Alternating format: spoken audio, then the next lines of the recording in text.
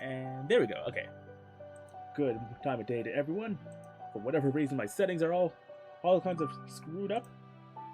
But we should be back to normal here in a second. I'm officially moving once again. Good to see. And I just gotta get Cosmic Wheel back up here. But it's back to Cosmic Wheel now that the holidays are over. Maybe I'll pivot back to Atlasism at some point. It's a very fun game. But for now, we're quickly approaching the end of Cosmic Wheel, so I would like to get it done by the end of the season. Oh, why is it so large? Who said you could be so large, Cosmic Wheel Sisterhood? Okay, and that's good. Then I gotta shrink me down. If I can grab onto me. There we go. Alright, we are good to go. Wait, hold on. Content warning for all the things that you see on screen, in case you're just not feeling it. But, last time we got into the big political side of the aftermath of our Coven leader's death. We're deciding who's going to be our next in line. And in between that, I also did some shredding of my tarot deck. Well, not tarot deck. Pretty much deleted every card except for our main elements and a couple of the newer ones, the Grinder and the Ozone Breather. I also reworked Genocide a bit, put it on a different part of the card, and fixed the ghosts up top a bit. But now, outside of Grinder and Ozone Lane, we have our main Fire card, our main Earth card, our main Water card, and our main Wind card. One of each element, two newer cards, because I like the layout of them, and then, of course, the Cosmic Wheel itself, because we can't delete that from our deck. So, starting off here, we'll be making some cards. Gotta build back up, hopefully to back around 12. And now that I have a lot of space freed up, I can utilize some of the Arcanas and items that we got back. What I've been trying to make for a long time here, but haven't had the means to do, was utilizing the very nice looking lady with fire and in the theater. And my main goal for actively making the cards is to balance out some of the elements, because we had as you guys will probably recall, I had a whole lot of excess fire energy, means death, rebirth, yada yada yada. So hopefully we'll be able to branch out a bit and see what some of the other options are. So now the question is, what should our good lady be holding or interacting with? We got a good amount of air and fire, so balancing it out with some water might be good. Yeah, this match would be good. These weird effigies might be good as well.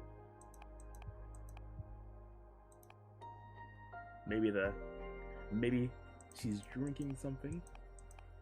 Part of the fun of making these cards is figuring out laying out the plan of how all these are going to interact with each other. 3/3/3. Okay. I think we'll go with the Bottomless Jug. Its contents are sour because it pours the Unshed Tears of the Dead. I just realized I should probably read the other stuff I did too. So, the Opera House, or opera, not Oprah the celebrity, opera the form of art.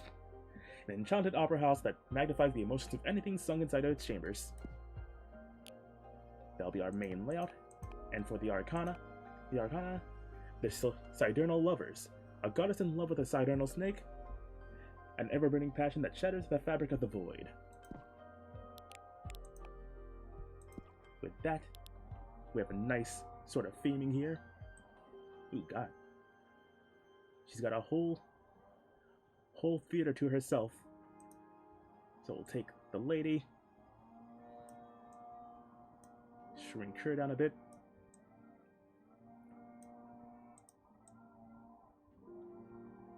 Oop, the plan is forming. It's already working out. I have this snake sort of off screen, like it's a big puppet. The lady as a sort of offering. The jug. Really wish there was just like an empty jug itself. But I like how we got this card already. Balancing things out with our formatting of our cards. Instead of one big thing in the center, it's sort of like the piece itself is part of the card. Rather, the card itself is a bigger piece, if you get what I'm saying. I'll have a sort of like story here of a maiden, perhaps one that was either summoned by the snake or as sacrifice, offering up this other thing. And she's holding it up. The big jug. Why is someone cutting the grass at the current timeline in hell?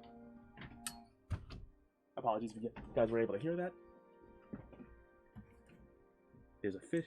There's a fish here as well. Maybe we can do something with that.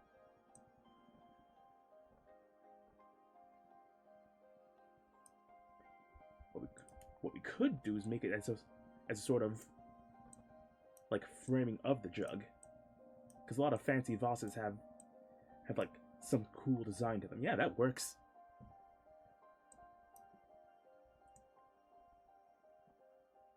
And why not? Let's give the madame a tail.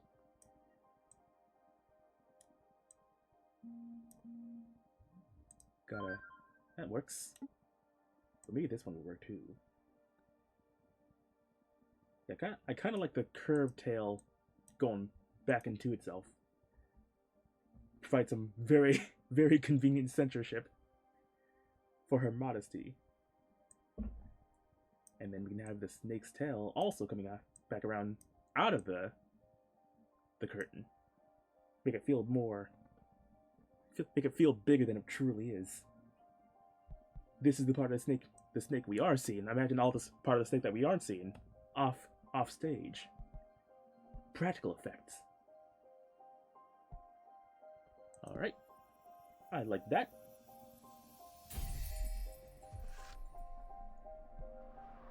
Dramatic desire.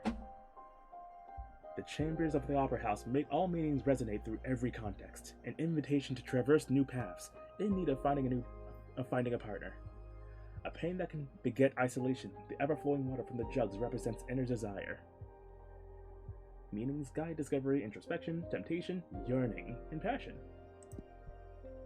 Already off to a good start, and including the cosmic wheel, we have 1, 2, 3, 4, 5, 6, 7. So, plus our cosmic wheel, that's 8. Already on to a good start. Now let's get something earth-themed to balance out our triple element there. Titan Quarry? Maybe. Huh? Well, looks like Titan Quarry it is. Or the 100 Column Worship. It's got a good amount of earth to it. But let's brainstorm out Titan Quarry first. See where we go from there. Titans are said to be able to mine a planet at the size of the Earth in less than 50 years. Their kind is unable to hurt a soul, so they only mine asteroids or planets that are unable to sustain life. No one knows what they use the mined materials for. They are happy to share the ones if you ask them with respect. Pretty chill dudes. Got 3 Earth. Big door.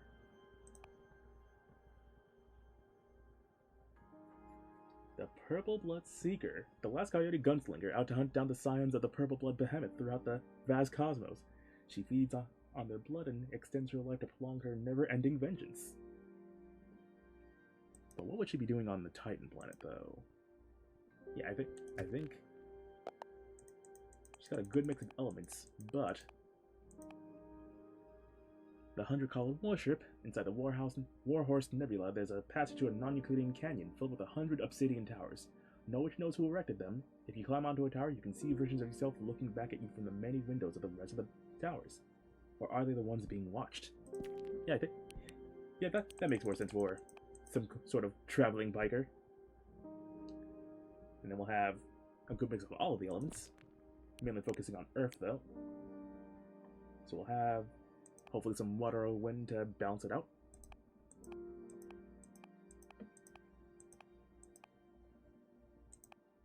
We could give the biker a flaming sword. That'd be metal.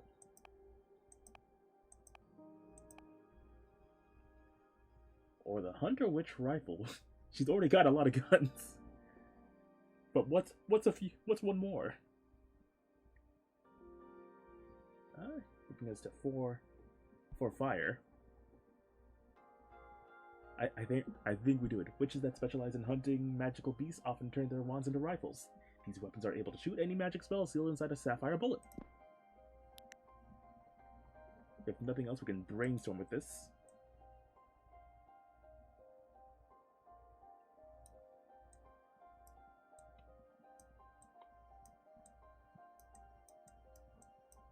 Let's shrink down.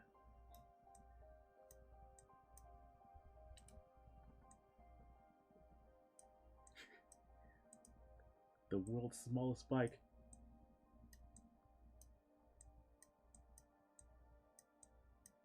And then I gotta keep portions.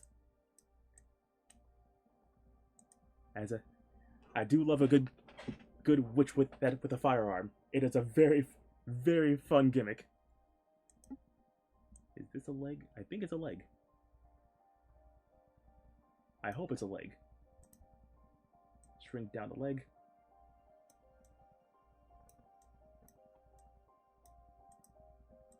Then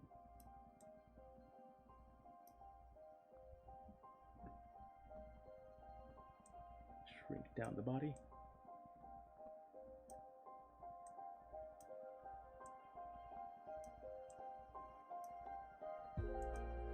Delete these legs if we can.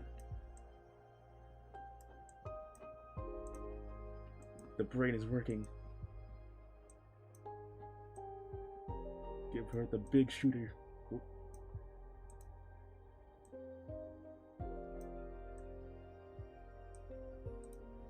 She's taking down everything in the tower.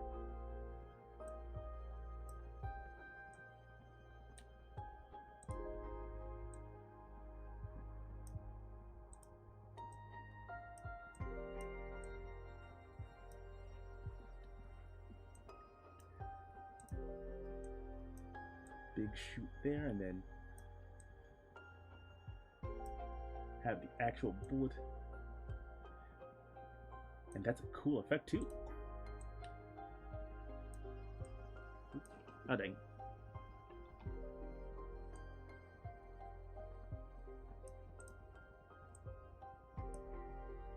Move that down a layer.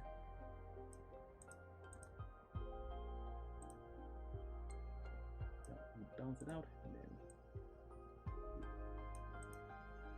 there we go. Very, very nice. Have the bullet itself shooting out.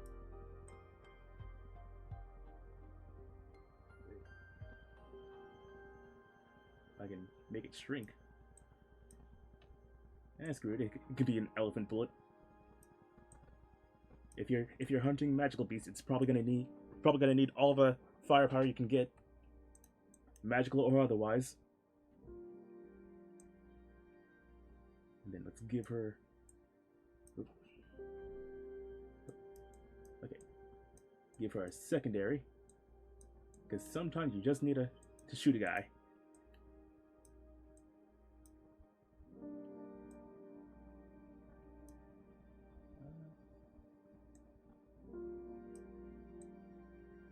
That down, and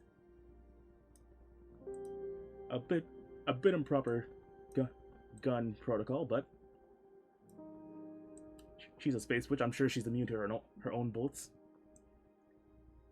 Give her a cool bandito sort of shawl here. Bit off balance. And a hat. Because if you're going to be a gun-toting witch, might as well be a cowboy as well. In space. And a potion. Because a witch gotta have potions too. You never know when you're gonna need to heal.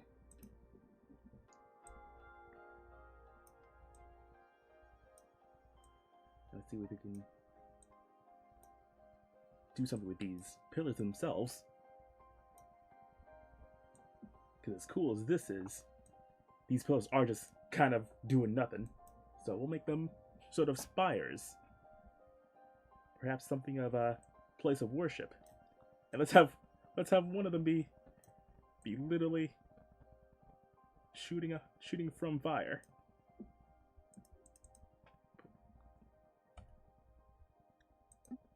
And how big can we make this bullet? Not big, not very big.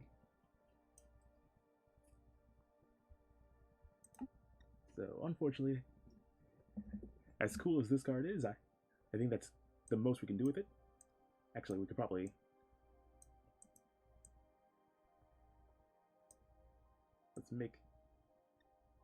let's make our rootin' tootin' shooter a bit bigger.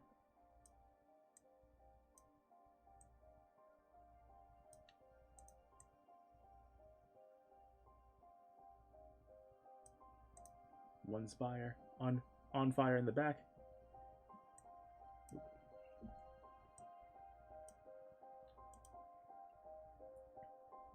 Kind of wish I could rebalance it. Best I can do is probably replace the gun, but that'll be good. Rad as heck. The Fervent.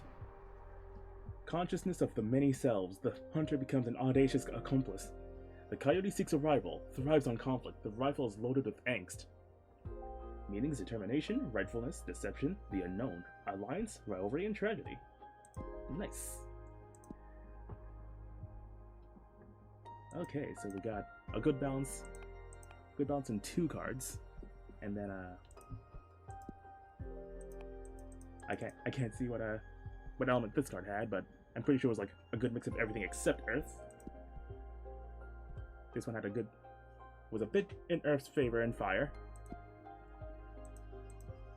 But we are still low on fire.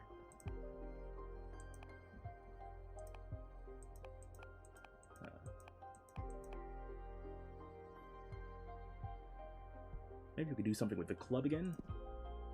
It is a very nice venue.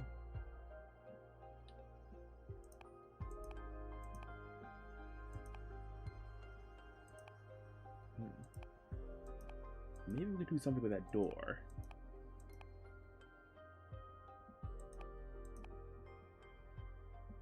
Alright, we do have a Gytherian. Maybe we put him in a bar. Put the Eldritch Entity in the bar. Let's see what we can do with the door, though.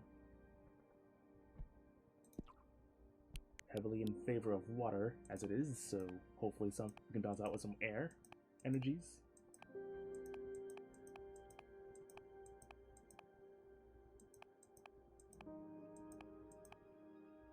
The Onyx Trumpet, Aether Wings. We could put wings on the door. The Inevitable 3.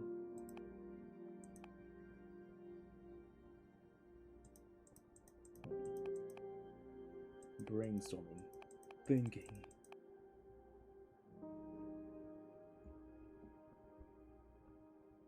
Let's see what the Aether Wings will do. One of the most popular spells among the beginner witches, the Aether Wings spell not only allows the user to fly, but allows them to give the wings to other beings. Okay. Not a lot of good places to put the door itself, other than on this door.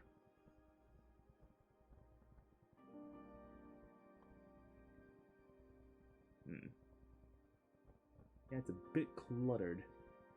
Card background, so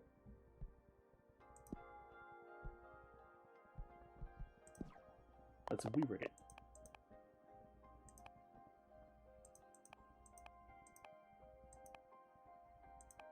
Door at the end of the road. That could work. Or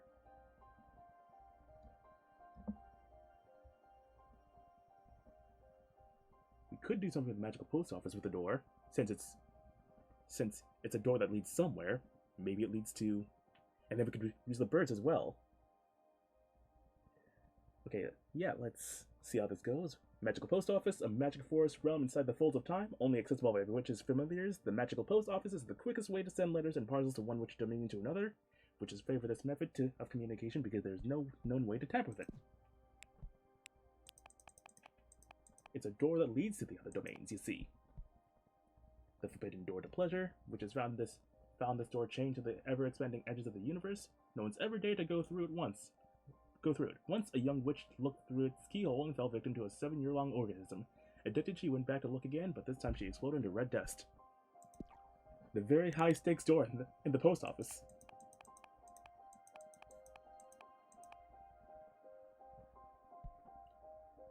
And then the inevitable 3, a summonable flock of legendary prey birds that can deliver any message, hunt any fugitive, and steal any trinket.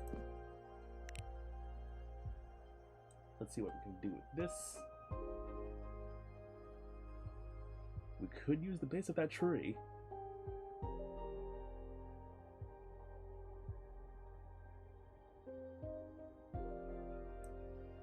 Let's do it. We can't make the door itself anything other than any bigger than it really could be for a door.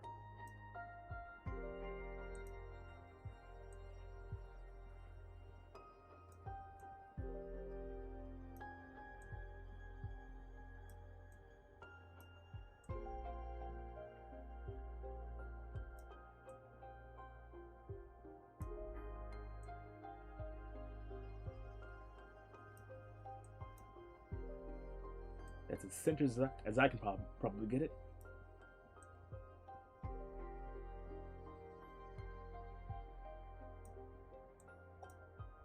Actually, I probably could do better if I enlarged it. Move that over a bit.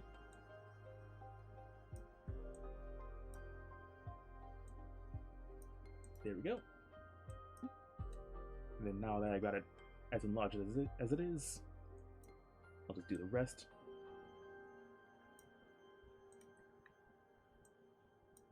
Shrink it back down.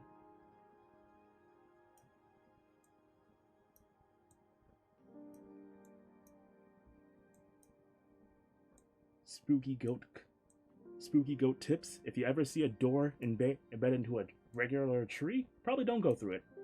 That's how you belong to the Fae for like 5 billion years.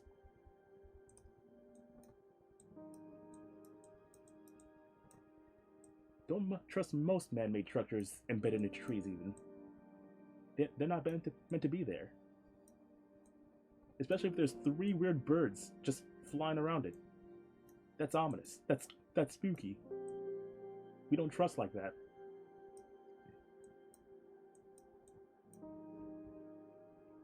Got 3 birds guarding this weird door in the woods. Each one encrusted with a certain object. One holds a key, one has a gem embedded in its chest, the other has a letter. There's some sort of lesson there, surely.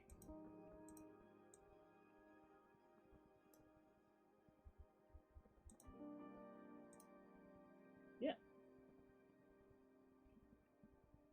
Considering what we're working with, that's a pretty fine card.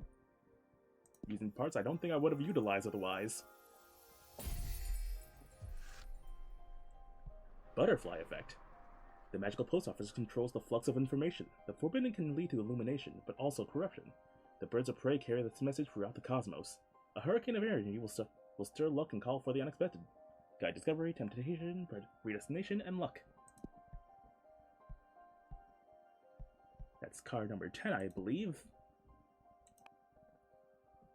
Got a lot of water and a lot of earth.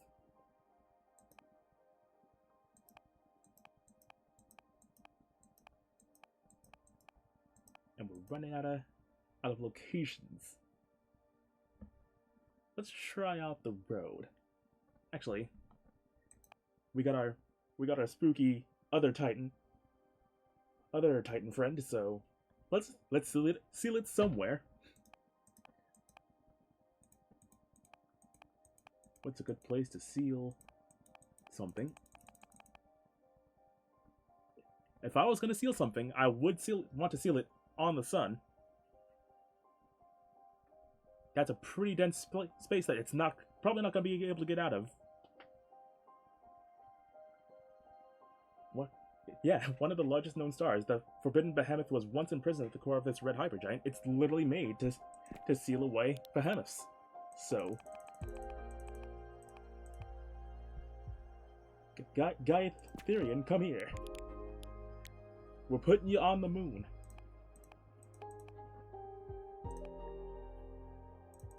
What should we give Gaetherian to occupy their time in the vast expanse of forever?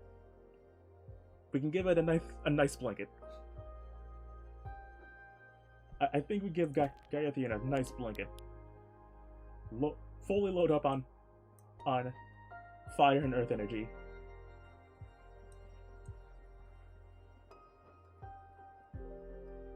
That sure is a big sun.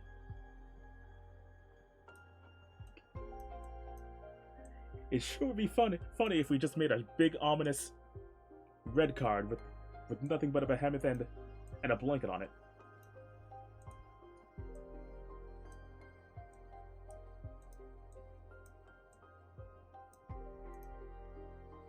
Tied around, all comfy and snug. Give you some eyes.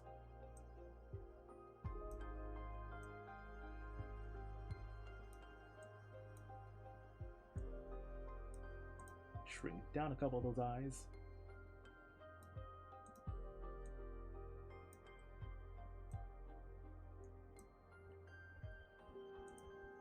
World's comfiest little eldritch entity. We only know what the right side of Gaetherian's face looks like, so it's kind of just freeballing here.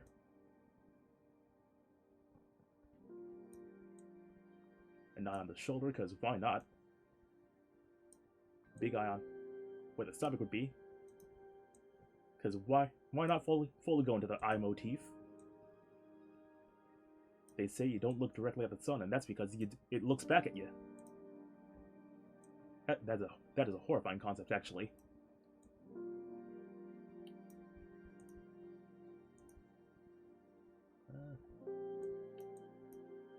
Shrink down that arm.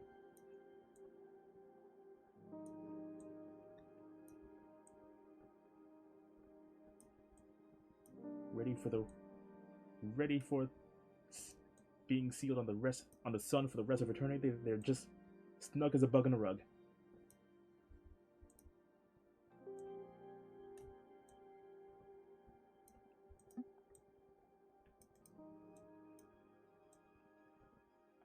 And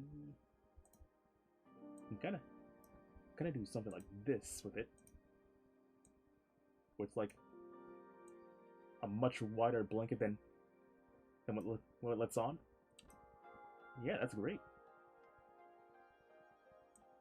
In fact, can kind of clear out some of that dead space by doing this. Make it a bit less jarring. Very nice.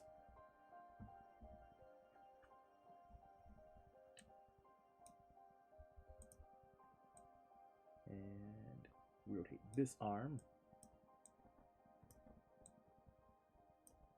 which gives the card a sort of like, hello, welcome to my crib feel. This is the sun. Very scenic. It's beautiful this time of year. And then, what kind of all-powerful entity wouldn't be complete without some random geometry floating around it? That's how you know it's all-powerful. Just random shapes migrate towards it.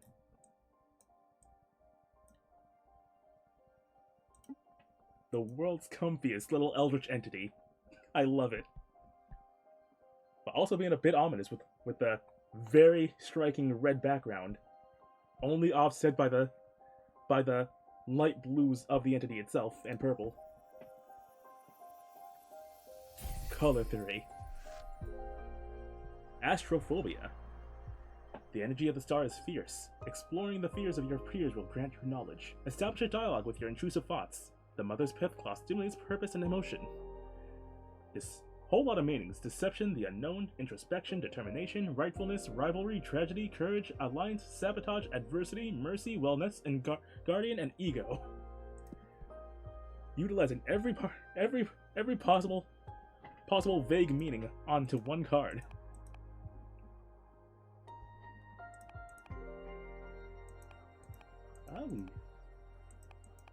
We're not out of spheres here. We've never seen the Jade Monk's waterfalls, I think. Home of the Coven of the Jade Sculptors, the giant monk statues guard the souls of every member of the clan. If you bring the heart of a deceased Jade Witch back to these waterfalls, she can be born again as a mortal, retaining her memories but not her skills. Those who are born must act as servants for the living witches of their coven. We utilize some more water in our deck.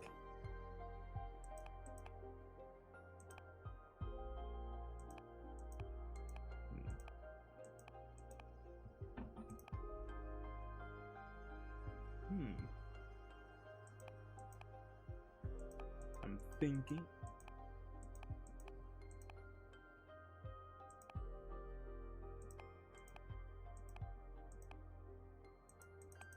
And I think.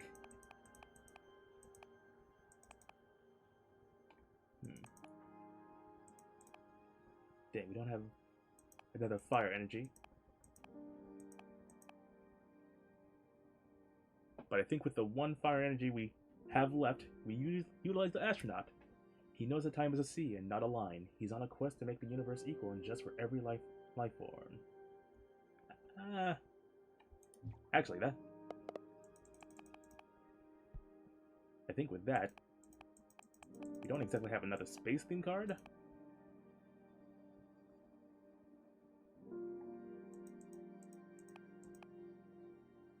Maybe we put the astronaut underwater. On Giovanna Payashi Giotti. During the last war before the Age of Witches, the ancient pierced these lands so deep the planet is always bleeding lava. The first witches tried to heal this dominion by covering it with tears of water deities. The water of Giovanna Payashi Giotti are forever boiling. Rituals performed using salt from the waters grant access to the most profound emotions. Even better, we put the astronaut in deep underwater in boiling hot water. Very humane. Very Iron Lung-esque.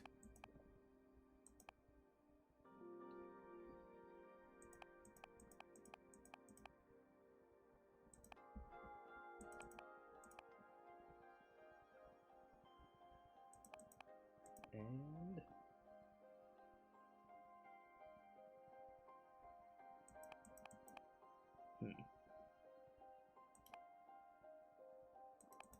it's a bit unorthodox, but I do like the sea theming with the swordfish liquor.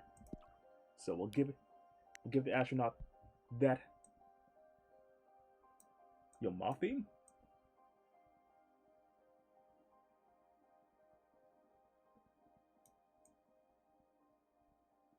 Ooh.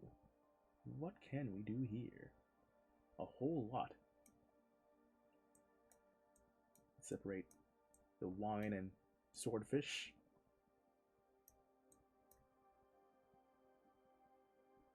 We can completely change up his body, not just make it a cyborg man.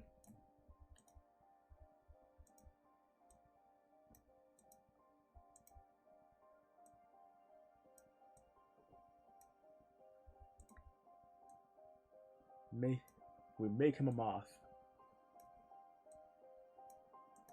We're putting the moth undersea.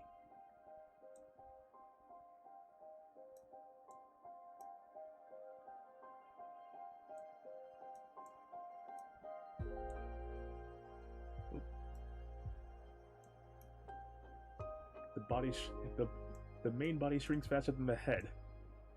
This will prove an issue. A small issue, but an issue nonetheless.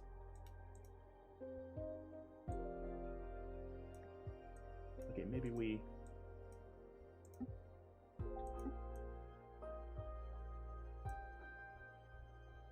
Whoop.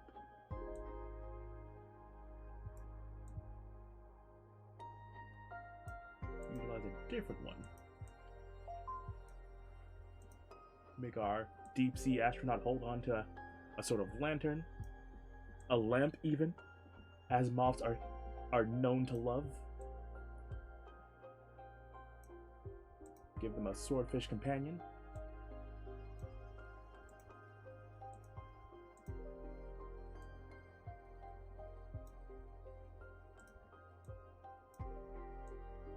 Can't exactly make them ride the swordfish like it's the world's weirdest Donkey Kong level. But that'll have to do.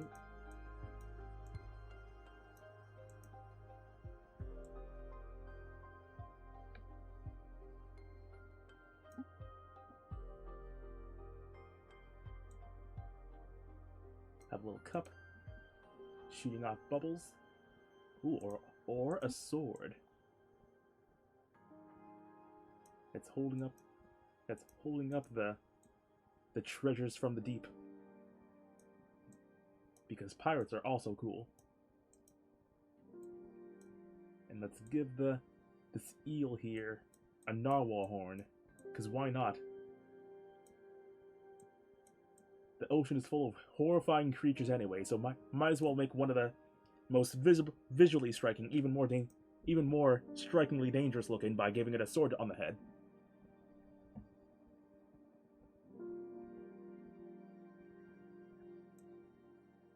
Why not let's put another moth there, because moths are cool. I love me a moth. They're just silly little guys. Yeah, actually, that actually kind of works out because it makes the astronaut suit look more like futuristic if you squint. Bit of a weird card, but I like it. Water World. The ever-boiling sea of tears grant access to the most profound emotions. Wrapped with the loneliness of the one who left their planet, the swordfish liqueur runs with truth. A float of water can unleash hidden potentials. Introspection, yearning, passion, and power. I believe that was card 12. Let's count. 1, 2, 3, 4, 5, 6, 7, 8, 9, 10, 11, 12. And yeah. Let's round things off by making card number 13.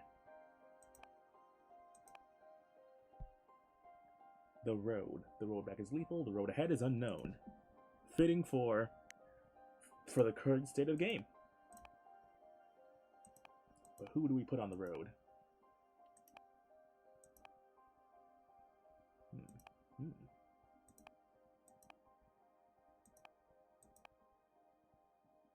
The fallen hero, perhaps? Maybe. Oh, I can't. No more fire energy. So how about the Harvest Oracle? A behemoth that keeps 3 of every known seed in the universe. Witches can ask for any of these seeds under the oath to restock them after they collect the fruit. Should they fail to deliver, the eyes of that witch will turn into said seeds and the Oracle will come to harvest them. As for our symbol...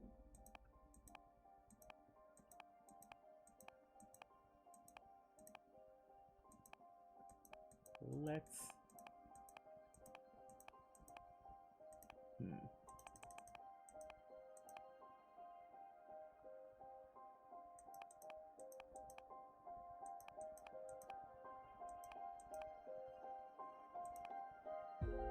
The Tower Shield could be good, since it is a literal guardian of nature, but then so is the Cane of Sacred Wood. Yeah, I think that makes more sense. Plus, it balances out the earth and wind.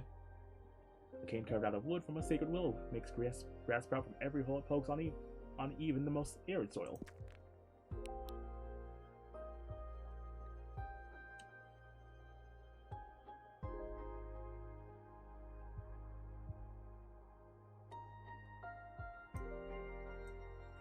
We'll make him the sun, or at the very least in front of the sun,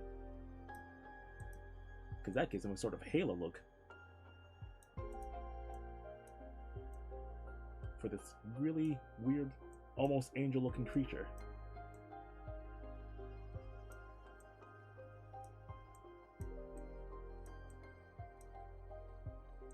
We then can't make it any higher than that.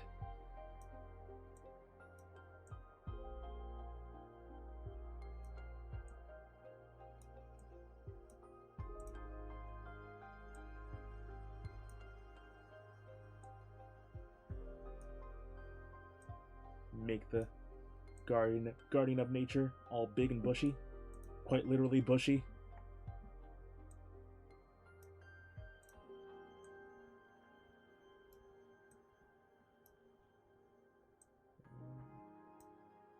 Put a tree under that bush.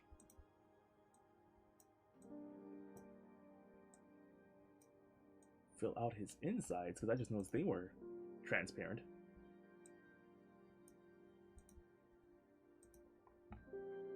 Make him literally thriving with nature.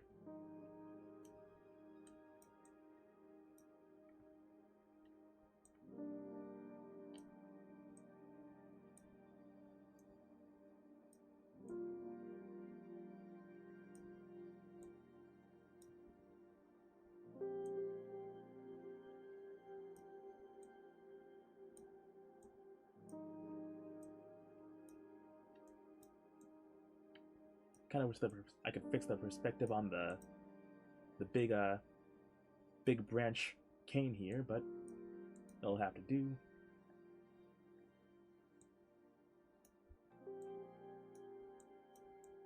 Let's put a bunch of foliage on the road.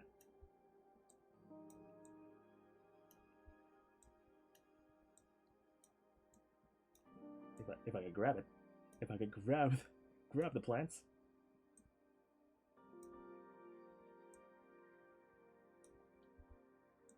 Line the road with greenery, intersecting the man-made pathway with a bunch of nature.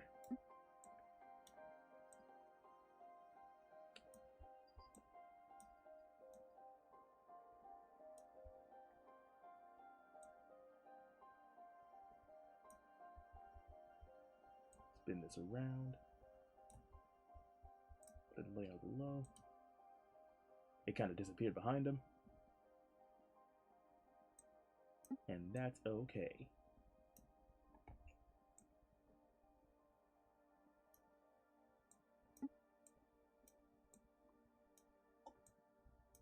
Please, I'm begging game. I'm grabbing onto the flowers.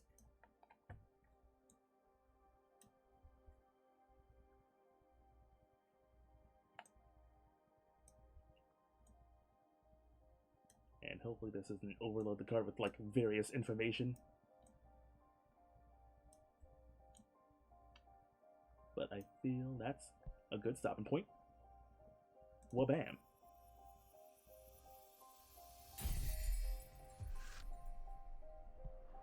Roadside Gypsophila.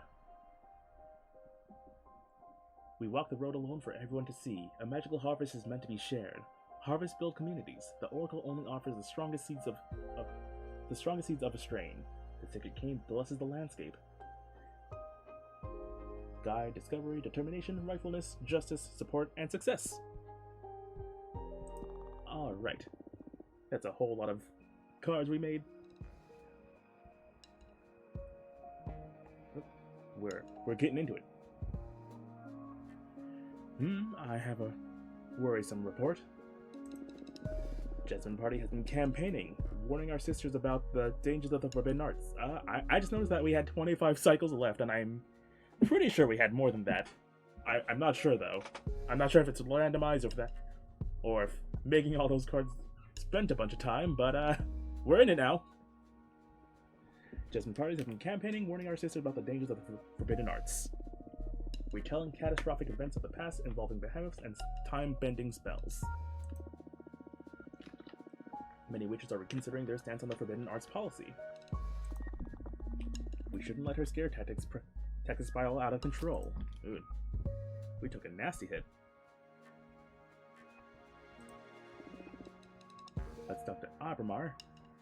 If you'd like to look for allies and opportunities, dig up dirt on other parts, harvest energy. Well, we're gonna need some allies and opportunities, so we're at 11%. Tied for last with the Cupressa.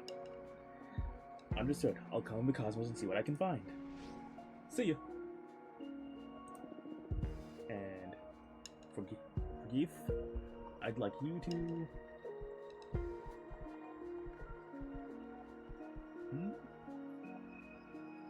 Oh, bringing down Jasmine might be good right now. Whose program should we challenge? Jasmine. Specifically, let's go after that point of Jasmine program.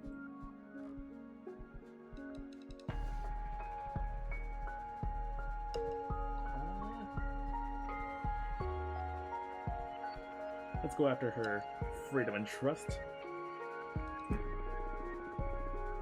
Very well, give them something to think about. As for Sis, promote our program. Focus our efforts on this group. Oracles.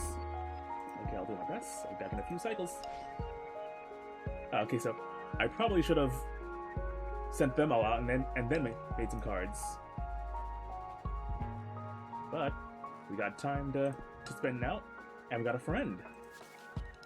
Witch Fortuna. I would like to formally introduce myself before the race. There are some topics I am interested in discussing with you regarding the nature of the political shift in our Coven is about to experience. Kind regards, Cupressa, the historian witch. I don't see why not. Come on over. That's a bunch of flowers. Literally a plant person.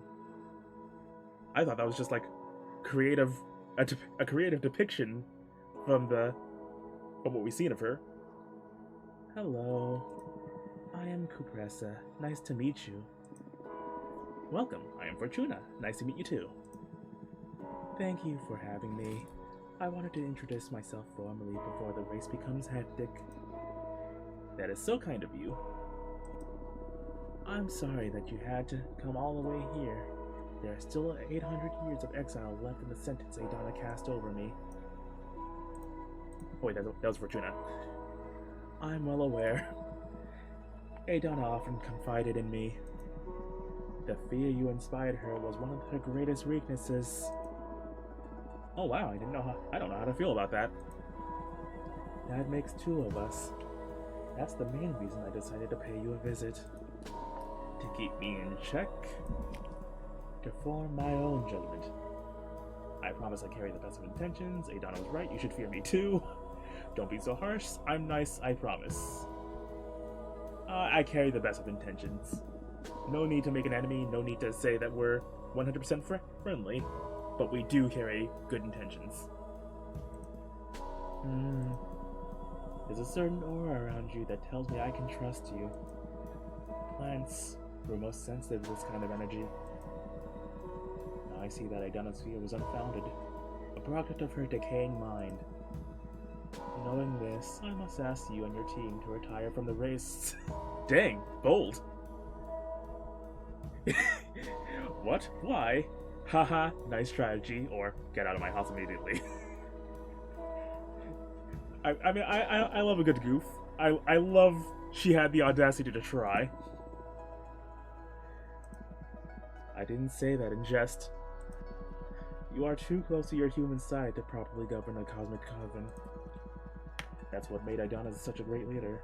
She had a direct channel of communication with the gods and was far detached from her human origins. On the other hand, you, Dahlia, and Jasmine, you have an uncountable number of human flaws. I mean, yeah, we're human. Flawed comes with the sort of the DNA. Fear, pride, envy, greed. Even what you consider virtues such as ambition or mercy, or even the most basic things, such as the need for comfort or enjoyment, cloud your judgment. Flaws, flaws, flaws. And how are you better than us? But without villains, can you truly care for your peers? Or, okay, you are a psychopath, get out of my house. I mean, yeah, I'm willing to see Compressa's side. How's she better than us? Have you ever stopped to study the flora? Most witches are too fauna-centric to see other forms of coexistence. As a tree, mind entelechy is the growth of community. I lack individuality. I'm just part of a forest. We, the plants, grow, expand, and nurture all around us. The majority of us don't need to feed on other living beings to prosper. But some of them still do. Therefore, they're not without flaw either. The basic fact alters our whole perception of reality. Human existence is so built on top of sacrifice that you are immune to innumerable forms of brutality. You are devourer of worlds, and we the plants are the healers. I'm going to take care of you no matter how you treat me. Let me ask you a question. What's the most important quality in a leader? Intelligence, selflessness, empathy, charisma, or integrity? I mean, these are all really good traits to have in any one person. But I feel like selflessness is kind of the big thing. You're willing to give part of yourself for the greater the team. Hence, you are the leader. You are part of the team, and you lead it. You're the one that jumps up at the first opportunity to do anything, really. Exactly. To put the group's needs before your own. And even if you invented the world, humans aren't capable of it. All those emotions we talked about before, they're what make it impossible. Satisfaction, respect, honor, friendship, the list is endless. Humans are capable of selfless actions, but not of selfless existences. A leader deprived of all that is just an automata. You're right, but I still want to lead. Or are you implying that humans should never lead?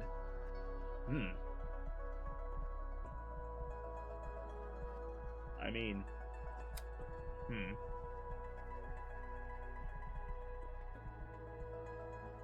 Saying you're right is a double-edged sword, because she could use that against us. Even though I do feel that is a pretty decent answer. But let's hopefully get some more information out of her. Are you implying that humans should never lead? When avoidable, yes. Look at what's happened on Earth. I'd rather not, to be honest. Since that digital entity took the reins, humanity's reached a golden age of peaceful coexistence. Dang, I can't even refute that because I'm the one that caused that. What if I don't want to be ruled? What if I don't agree with what allegedly superior beings have devised for me? I want to create a world closer to my vision. Isn't that egotistical? Isn't I don't care, this is what I want. Not really, I'm generally trying to do what's best. Or yes, but is there any other option? I'm genuinely trying to do what's best. How naive. Wishing to be right doesn't make it so. Probably. I'm afraid that in the end it all boils down to what each of us wants. You may be right about that. Listen, Compressa. Would you like me to read your fortune? Would you do that for an opponent? Of course. My priority is to help the Coven. Or, yeah, you're right, I shouldn't. I mean, we just made a bunch of new cards to test out. Gotta give them a test drive. My priority is to help the Coven. Very well. Let's see what fortune has in store for me. Drawn time. Tell me, what is it you wish to ask the cards? There is only one thing on my mind, something really dear to me. Will I be able to safeguard Adona's legacy? Of all the eras I've lived through, Adona's has been the most peaceful and prosperous. at the expense of some of her sisters, but sure. Please don't poison the reading with your resentment. That's improper of an oracle. You're right. I'll focus on your honest will. Think about Idana while I shuffle my deck. The lucky card is the new and improved Genocide. Still mostly the same though, but I like the orange on the harsh red a bit more. Plus the nuke in the background that makes it that sells that sort of like, oh yeah, this is the last possible scenario. But anyway, war distorts all feelings, setting what scares you on fire. The light of the blue flames bring forth trouble. The overflow of air energy becomes a cleansing power, death and rebirth. Yeah, Genocide is a very eager card. Hence why I deleted it at first, but then it is our most fire-centric card, so I remade it and hoped that it would sort of sort itself out. It did not. Genocide is our main card, it seems. Onto the choices. Many witches will follow Idana's philosophy, even if it's not the official rule anymore. However, you will pay a high price to keep her legacy alive. The pressure of this race will become so unbearable that you will lose your mind. Nothing will matter after that. Or you will steal one of Idana's masks and drop out of the race. You will leave the Coven and start a cult to follow the Masked Whispers.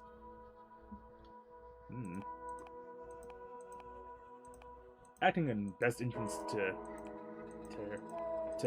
her, none of these are really that nice.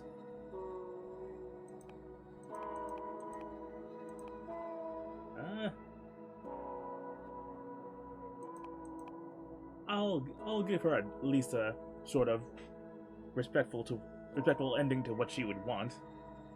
She'll, even if it's not part of the Coven, she'll have Idana's followers under her, and Compressor will sort of be the new Idana by stealing one of her masks. So I feel like that's a good trade to giving her a good reading. You'll steal one of Idana's masks and drop out of the race. You'll leave the Coven and start a cult to follow the Masked Whispers. That's one of my contingency plans. How did you... Man, Genocide read you like a book. Which is fitting, because she's a tree. Well, you wouldn't be an oracle if you didn't tap into the unknown, of course. So it'll come to that, huh? Maybe that's for the best? The Coven seems to be ready to drift away from Idana's vision. None of us besides you seem to plan to adhere to it, so in any case. And let's be honest, you're not the race's favorite. I know, I'm not an idiot. But still, I had to try. I'm going to keep trying, in fact. So I can spread my message, and when I leave the Coven, more witches will follow me. Suit yourself. I mean, fair enough. That's kind of what we would have for the Coven if people just didn't fit in. They're free to leave whenever they wish. Thank you for allowing me to peek into the future, Fortuna. And thanks for having me at your home. Good luck with the race. Good luck to you too. You'll probably need it more than us. Oop. Why am I me? Weird. We got 23 cycles. No new visitors. Do anything? Well, all of them are out. Nope. We're winning the Oracle race at least. But not the Warriors. Not the producers. We only got the backing from other Oracles. Sad to say. Let's pass the time with a book. Read Patrice's demographics analysis. Ooh. Let's see what Patrice prepared for me. Demographic: novices. The freshly ascended, witches in training that still haven't found their calling. Though bear in mind how time works in this immortal society. Some novices find their place in the first few years, but some others may take decades. You'll need the approval of anyone to stop being a novice and join the ranks of the producers, academics, or explorers. On the other hand, warriors require a test first, and to become an oracle, as you're well aware, another oracle needs to dream about you. Strategy guide: the novices are usually pushed around by the rest of the witches, so they welcome any initiative that increases their rights and opportunities. What to do? Let's read some more. Demographic academics, which is so absorbed with the mysteries of this cosmos that they rarely do anything beyond studying it.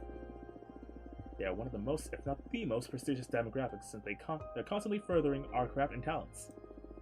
Although you don't necessarily need to be the old and wise, the academics are the oldest demographic on average.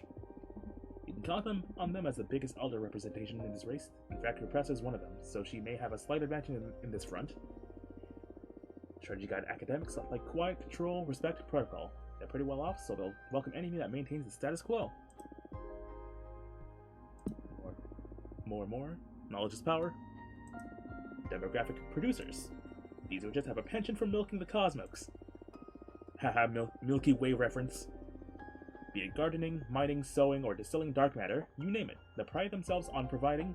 Without them, we'd all lose many comforts, to be honest. Producers and academics have an almost symbolic relationship. Producers fund academics' endless research, and in exchange they reap the latest techniques for furthering the exploitation of this universe. Jasmine is one of them, so she'll have the upper hand with this demographic. Strategy Guide producers have historically felt underappreciated and overworked. To cater to them, increase their quality of life and relevance. What to do? Warriors, hunters, guardians, soldiers specialized in all kinds of combat and cosmic warfare. They keep us safe, provide rare materials from daemons and other dangerous beings, and they also craft weapons. It's the hardest group to belong to, and it's a very demanding occupation. We barely count a dozen in our coven. Dahlia's one of them, and I'm sure she'll have their undying support no matter what. Strategy Guide, warriors are extremely loyal, so unless something exceptional happens, they're going to be on Dahlia's side. One more before we spice things up. Explorers. These witches continuously chart this cosmos. Explorers scout new locations, discover new sources of energy and materials, and keep us informed of the latest events around every galaxy. They're usually too busy to mess with politics, so anything goes for them as long as it doesn't hinder their endeavors. Strategy Guide, they're pretty easy. Throw them a bone here and there and they'll support us, although the same goes for the other parties too. So yeah, just appeal to everyone and I'll win everyone's favor, regardless of what my true intentions are. Just like real politics. Let's read some interactive fiction. Forensic Report of a Revolution by Ivan Papiol. In our country's recent history, there was a fascist regime that wouldn't hesitate to murder anyone that dared to speak against its values and leaders. The militia would discard their bodies in mass graves and send their severed hands to their families as a warning of the fate of awaiting their resistance. Kind of ominous with the hand right here. The enigmatic chiromancer, Moisho, I guess is how you pronounce that, developed a forensic palmistry practice that would find out how those killed had died and where they had been tossed away. So that the families could hopefully find the bodies of their loved ones and give them a proper burial. But eventually the regime's militia came storming down on the chiromancer's home and sent them to prison, claiming conspiracy against the regime. Despite these claims, Moisho's respected expertise in the field of forensic palmistry was so renowned that the police offered them a generous deal. They would be granted freedom as long as they helped the police find the terrorists that were killing key politicians in mysterious circumstances. Moisho would be headed an ornate, shoe-sized red box containing the right hand of one of the murdered politicians and write a report with helpful information. The first box contained a hand with a strong earth energy that the chiromancer felt belonged to someone born with a deep contentment of following orders. Moisho had seen this hand on TV before, making the regime salute. Its pitiful fortune line made them chuckle the first time they saw it, so it was unforgettable. The chiromancer wrote in the report about the hand's lifeline, or about the hand's sad fortune line, and how miserable it was. Rise against. The chiromancer pointed out the faded fortune line in the politician's hand, including the report guessing that this murder had probably just been a lucky success for the terrorists, for this was a very unlucky person. And so the report was sent. The next day, the chiromancers stuck their arm out of the prison cell in order to get the next ornate red box. The second box contained a familiar hand with water energies. It was the hand of a famous writer and speaker of the regime. Moisho had attended one of her speeches. At the time, they took notice of the fact that this person's ring finger, the finger of art-inclined individuals, was remarkably strong, and found it ironic. Because the thing that made her speeches popular were her views on art being the rotting of civilization. It was a shame that she was clearly talented in it. The chiromancer wrote in her report, About the hand's ring finger, this was the hand of an artist, or about the ring marks covering the hand's index finger.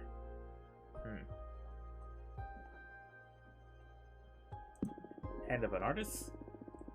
Not sure what the anti-regime option would be. They did not wish to insinuate that the hand's owner had partaken in clandestine artistic activities, but if it was up to them, that was the lead that they would follow. There was a chance this hand's owner had met with a dangerous terrorist during a secret artistic endeavor, and so the report was sent to the regime. Mutual bit their lip, trusting the clandestine art groups had already had time to flee their imprisonment. That was the wrong option. The next day, the chiromancers stuck their arm out on the prison cell in order to get the next ornate red box. Seeing the third box's hand brought a smile to Mutual's face. It meant everything was going to plan, and in their final report, Mutual wrote the proof. Mutual left the report blank. Mutual had always known that they were destined to die helping to overthrow the regime after the dictator had been murdered, and the time had come. Nice. But in the final moments, the chiromancer got cold feet and used their ink pen to cut a longer lifeline into their own hand in a desperate and futile last effort. The prison caught on fire during the retaliations with Mutual inside. At least their allies wouldn't know how their last moments went, and they would die a martyr. Weird. What to do? Still got 23 cycles. Steady enough, but not to overdo it. Dang. Let's read another story then. Interactive tale at random. The curtain by Elena Cortez Alonso. A sudden rattling of the caravan wakes you up suddenly, and you realize that you're almost there. You feel the urges to lean out of the window, but you stop yourself. You already know the village you're visiting next. You have been there dozens of times. You have spent decades touring with your theater company all over the country, obsessed with taking art to those corners that the great ones never reach. But when you get to the village, the air tastes different. The facades of the dusty little houses seem strange and disconcerting. Unlike on other occasions, no one comes to greet you. Something's off. Maybe the mayor knows something Maybe the mayor knows something. You've known her for a long time, and she has always treated you as if you were family. What's the matter? It's freezing cold, isn't it? The company's costume designer asks. You sense that your people are feeling uneasy. You try to calm them down so that the worry doesn't overtake them completely. I'm going to the town hall. I'm sure it's alright if you reply. On the way to the town hall, you come across figures absorbed by their work, who look at you in silence as you pass by. You recognize their faces from other occasions, but there is something different about them, something that makes them unfamiliar. Absolutely no one greets you back. And worst of all, and a rather sinister detail, no one smiles. When you arrive at the town hall, you find the door to the mayor's office open. You decide to enter. Hello, Olivia the thief. Good to have you in chat and have you on stream. Thank you for the follow on X, and I hope you enjoy reading. I'll be taking a look at your account, at the very least. But that'll come after stream. She barely looks at you when she says indifferently, "What are you doing here? Shouldn't you be out on the street with the rest of the artists?" Inform her politely that your team is ready to perform, or what's your deal? You demand respect. I mean, yeah, what is the deal with this weird, spooky town? The bear looks at you coldly and calls a security personnel to throw you out. Wow, okay. You take a deep breath and try to calm down. You can't disappoint your company and leave them without today's gig. You try to ignore her disdain and inform her that you have arrived at this, and the show will be at 9 o'clock, as usual. She dismisses you with an expressionless face, and in your stomach you start to feel the urge to make use of your gift. You hold back. Years ago, you swore to yourself that you would never use it again, that your merits would always be your own, not those of a supernatural force. And that's why you created the theater's company, to show that you could make people feel good without artifice. You return to the place where you parked, and everyone is waiting for suitcases full of costumes and set pieces. You can sense their concern and worry, but you want them to be focused for tonight. Is everything okay? What's wrong? Your assistant director asks you.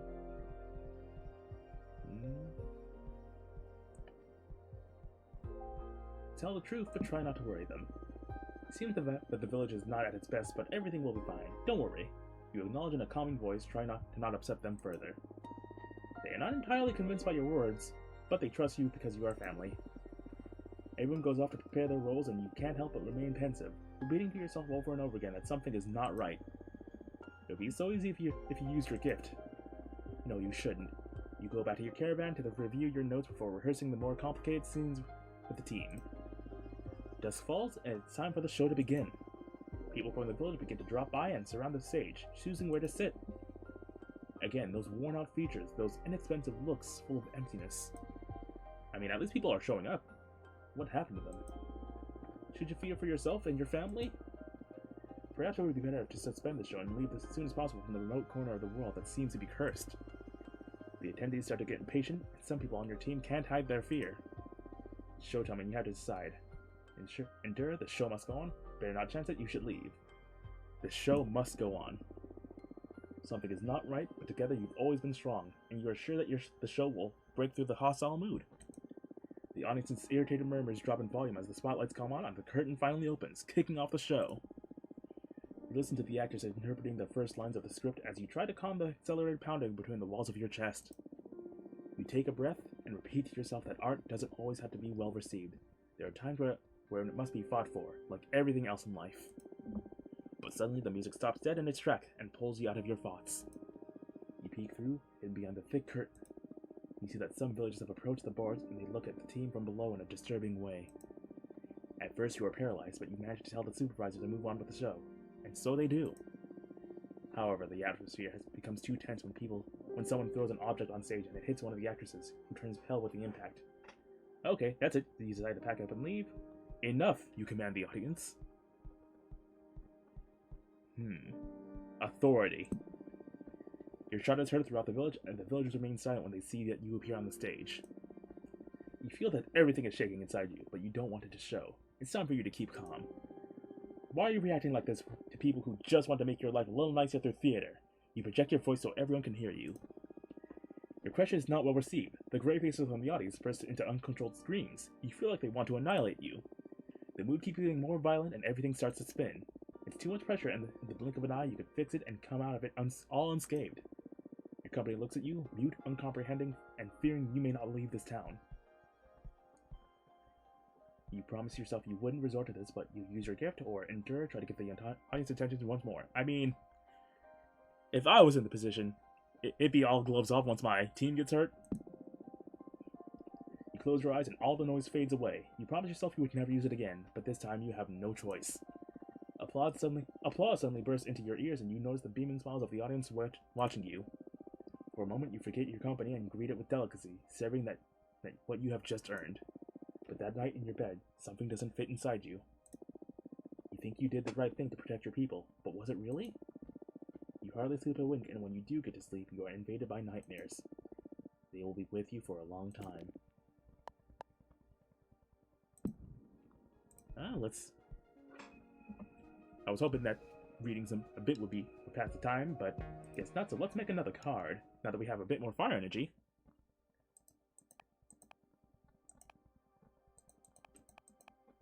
We're slowly approaching the point where we can't make any more cards. Let's see. We'll use the Pleasant Prairie since we got a little bit of wind energy to spare. When Jasmine's meant to retire, she summoned a dozen acres of enchanted grasslands inspired by a poem written by the youngest witch of her coven.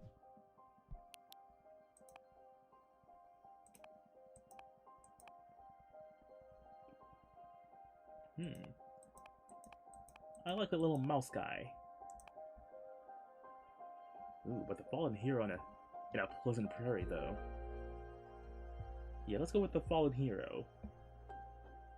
Heroes don't protect the people, but ideals. A symbol of resilience and sacrifice. They can only be killed by corruption. Yeah. Let's see what the hero has in terms of any item that they could use. Flaming sword is always cool. So would a shield, though. So we're already heavy on earth energy.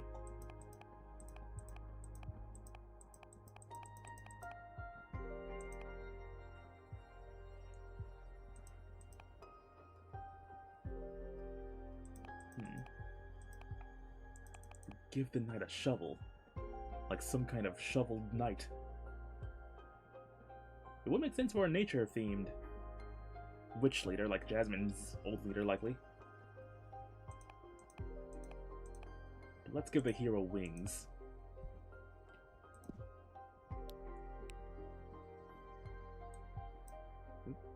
We are in the sky. Dragon in the fields and a windmill.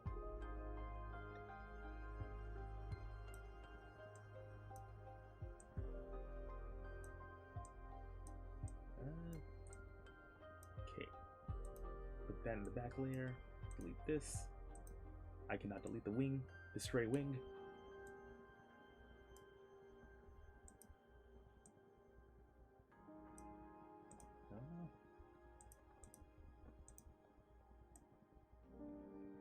Yeah, that works.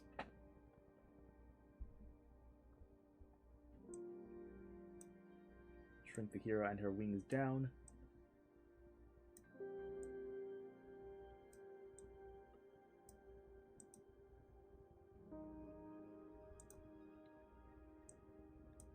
What if she had an axe? And what if I could delete the sword? I can't. She could have a sidearm.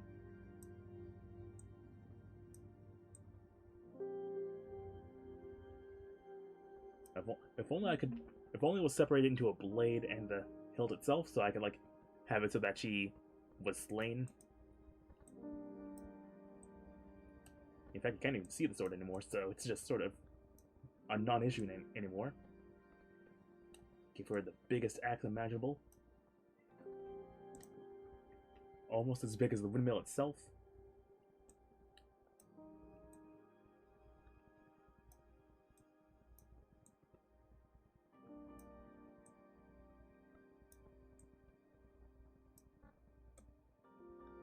Give this sort of solemn feel. Okay, we can do this with the arrows at least.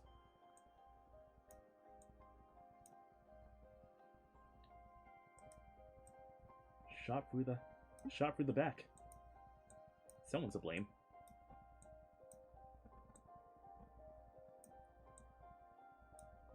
There we go.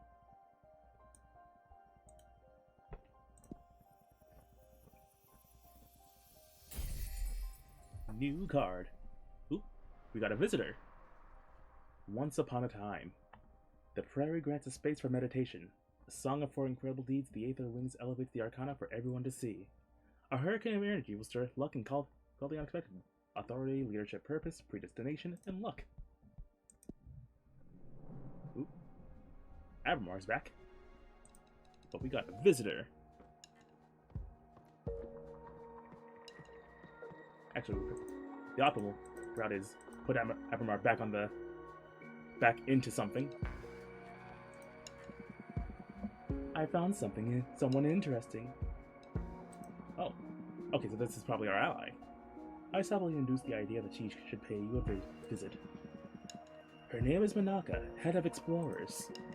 That's not a real position in the Coven, it's an honorific title she got from the rest of the explorers, which may be even more important than an official designation. More often than not, Manaka roams the outer edges of the unknown universe, mapping every star and planet. She even developed a shape-shifting orrery that keeps track of any changes to an astral body that the Coven has charted in real time. Just recently, Manaka came back to the Coven because of the elections. If we can get her on our side, we can easily win the confidence of every explorer witch in the Coven. Very nice. That's why we love you, Abramar. Dig up dirt on our opponents, look for allies and opportunities. As much as it would suck to have to resort to it, it might be good to have some dirt on our opponent's side. Turning invisible may prove useful for this. Let me see what I can find. I'll be back. Would be nice to get some more allies, but that'll be someone else's job. Gotta utilize everyone's connections, not just Abramar's. Ooh, we actually have two from... I think we've seen this one before. But this is our good friend Pepper. Let's talk to Manaka. Or, this is not Manaka, this is Thea. Zero Fortuna, I need to bring you up to date regarding an active conflict that may affect the current elections. Let me know what's a good time for me to visit. Yours faithfully, Thea, Arbiter Badge 210, Rank Waxing Crescent. It's been a while since we've seen her, so let's have her over. Last time we seen her was when she reported on the news of Adana's unfortunate demise. So if she's got something for us, then it's probably very important. Hello again, Fortuna. Thank you so much for coming. What's this about, an active conflict? Should we be worried? Well, there's an internal war going on within the Coven of the Jade Sculptors. The conflict escalated quicker than we anticipated, and there have been many witch casualties in a matter of weeks. Ooh. So the Arbitrage Office has to intervene to minimize casualties and, above all, keep it contained and make sure no other Coven takes part in the conflict. I see. First and foremost, we want to ask every Coven to refrain from engaging in combat, no matter what the sculptors offer. Should you wish to offer assistance, keep it humanitarian. In fact, there's someone I would like to send your way. Ooh, we're getting a lot of visitors, it seems. Your counsel has been very valuable to me, and by extension to the Arbitrage Office. Maybe you will be able to do the same for a group of refugees that had to pay to leave the Jade Sculptors to save their skin. We need to bring some order to this chaos. Very well, I'll talk with my team and see what we can do. Depending on how you handle it, it may be an opportunity. Shouldn't the Arbitrage offer be neutral, or thank you so much? I mean, not that I'm complaining, but it probably is good to have the official office of Covens be, you know, a neutral party. Not exactly. We have an objective, and that's to preserve peace within which society. I mean, fair. Our policy is to avoid meddling in internal conflicts unless they become a threat to the rest of the community, like in this case. When the shit hits the fan, we do whatever is best to keep the turmoil in check. And in this case, we thought that your newfound party is the best suited to the specific issue. I see. I'm giving notice to the office. They will tell Zira, the representative of the refugees, to make contact with you. Okay, I can't promise anything though. You meet with her, no strings attached, and decide if there's something that your party can do to help. That I can do. Very well, that'll be all. Something to confess? No way. Protocol. Okay, as always, thank you for your time. Thank you for coming. Bye! Short, simple, and effective. So, that's good. Oop. A good chunk of our team is back, and we got two more visitors. Oop. Draken 068888. Okay, thank you for the follow. Welcome to the herd. Thank you. And I hope you enjoy watching us get into Coven-based politics. It has been a really weird game, but I can't say that I hate it. In fact, I have been loving every moment of it. Dahlia's team has been going around promoting the wonders of spreading Adana's remains and welcoming more witches. The novices were especially into it. And some explorers and even some producers saw the benefits of increasing their workforce. I'm doing well. Just enjoying a nice little game here. Got to making some cards for some divination cards in this game and getting into some debates and politics apparently. And just all around enjoying a very nice stream so far. Some explorers and even some producers saw the benefits of increasing their workforce.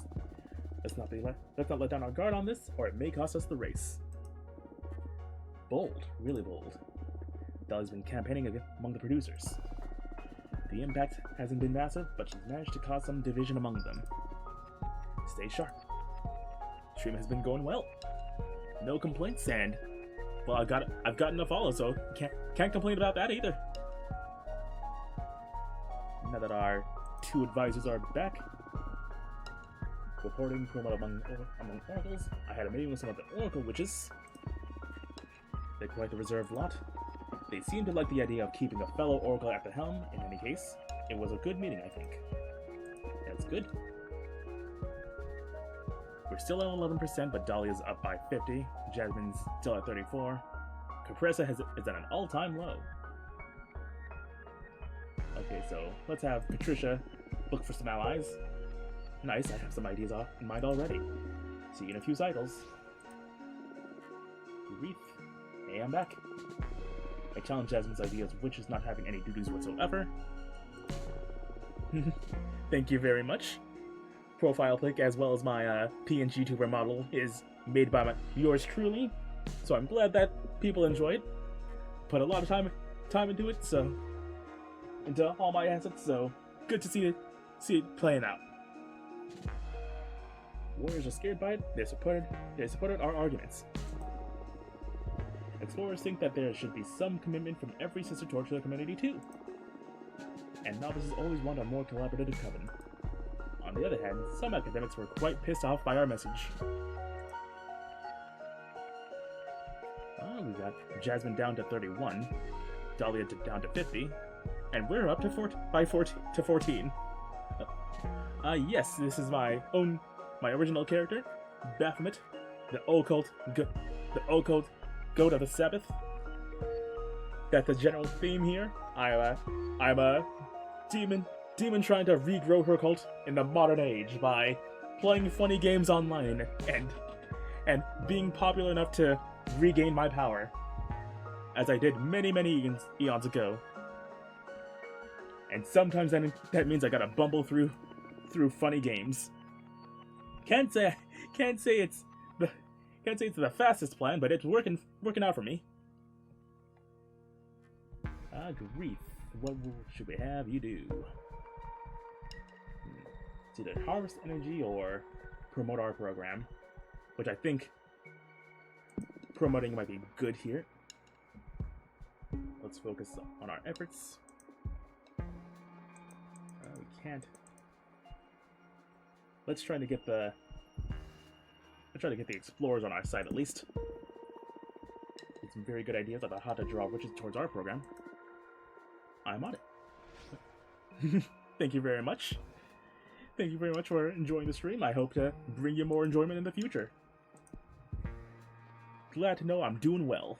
Also, hello, Ion Agenda. Good to see you in chat as well. My dear mentor Fortuna. Oh my god, we're a mentor now. Is it okay to visit, or are you too busy with the political program? I'm eating the hang of my powers now. Maybe there's a way for me to help you? Hugs! Nova the Peppermancer. We always have time for you, Nova. Come on in.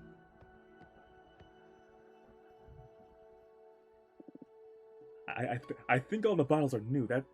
That is so cool. That's fun. Hello. Hey, welcome back. How are you doing? Very good, very good. Yeah? Yes, way better than I expected, to be honest. It took me a while to realize I wasn't dreaming, but once I connected with what magic is and how I can interact with the cosmos, I feel unstoppable. Christmas is an kind of alright time for me. I love gift exchanges and indulging in warm drinks, and hot cocoa is a favorite of mine. I don't live in anywhere that has snow, especially since I still have warmer climates even in the winter. So I can't exactly say I hate the snow or anything, but I do like the cold weather, and I would love snow, even though it'd be a pain to actually go through. The main thing I don't like about Christmas is all the Christmas music, because it does get pretty repetitive when you hear it all the time. But otherwise, I do love the winter season, just not Christmas music 24/7. But otherwise, Christmas is a very fun time of year.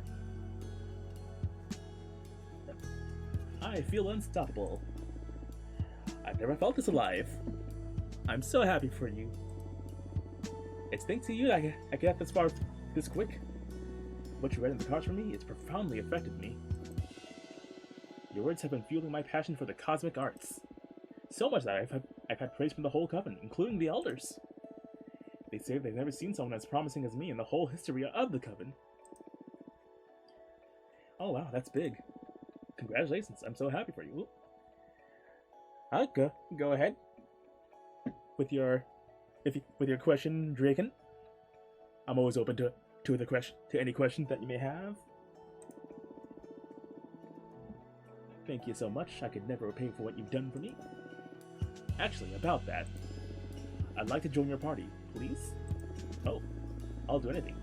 Grabbing cosmic coffee or whatever the equivalent is in this case. I just want to help in any way I can. Oh, that's so nice of you. So, will you have me on board?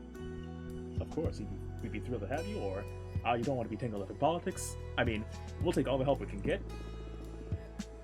And we could do far worse than Nova.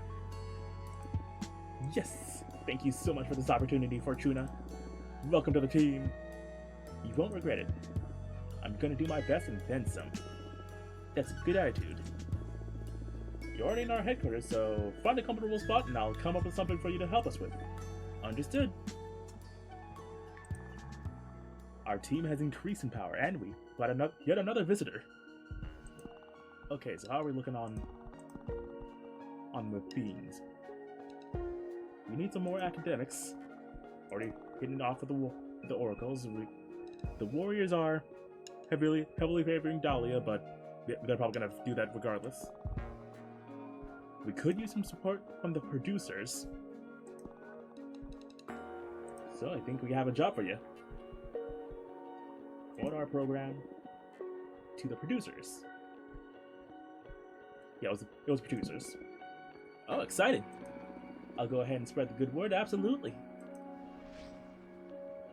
And she's off, once again. Okay. So, working our way from top to bottom here. Oh, wait, actually. Okay. Yeah, we got Manaka. And then we got Zia from the Jade Sculptors. And then Junurisha again.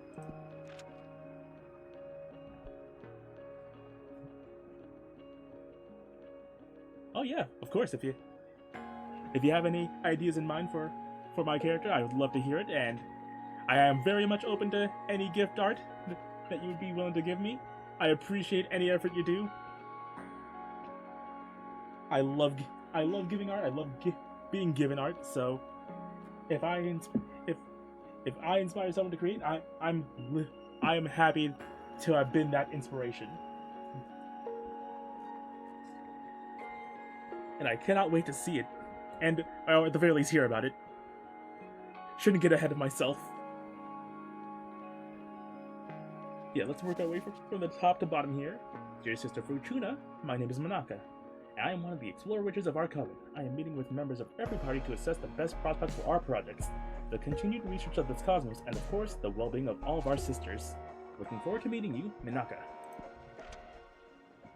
Writing down on a sort of, weird mathematical device. Pretty cool. Bit of an older witch. Cool. I love the outfit. Looks very comfy and very fashionable as well. Hello, Fortuna. So nice to meet you. Likewise. It's an honor to meet with the head of the Explorers. I'm no head of anything, dear. The rest of the Explorers like to call me that, but it's just an affectionate way of calling me old. I mean, that's a sign of respect, I suppose. I know many witches hold you in great esteem, not only Explorers. Well, I meant it a lot of them. I understand the daughterly love. But there's no such thing as a head, leader, or chief of Explorers. In any case, I'm sure you have a lot of pull among them. I won't deny that. My word carries more weight than I'd like, but that's not something I sought out. I never brandished that love as a tool for command. Anyway, enough about me. I've always wanted to meet you. Did you know I was planning on paying you a visit right before you were exiled? Oh yeah? At that time, we were looking for an oracle to help us design a plan to travel inside a black hole. Ooh. Spooky. Oh whoa, I would have loved to be a part of that. Well, unfortunately, that project was cancelled after we lost a young explorer to the black hole. The oracle that was helping us at the time told us she wasn't dead, but transferred to a different era, and that we'd probably never see her again. I do have a Discord account, but not a Discord server. I'm trying to find out a good way to sort of put it out without like just doxing myself and probably getting a lot of weird messages. But let me find my This is a complicated process. Why did I close Discord?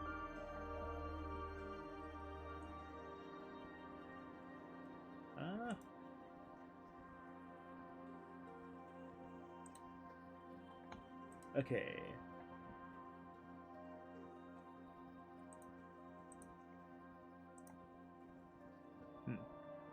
This is complicated. Alright, so my Discord username. What do you mean I didn't copy? Okay. Oh, that was my Discord notification for those that heard it.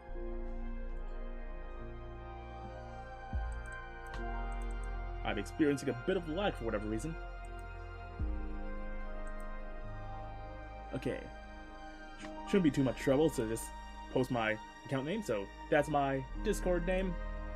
Feel free to contact me on there, and I will be sure to check out the message once I'm done with stream here.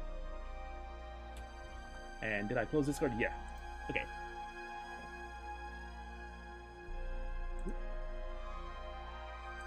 And thank you again for coming in, chat. Can't wait to reach out to you.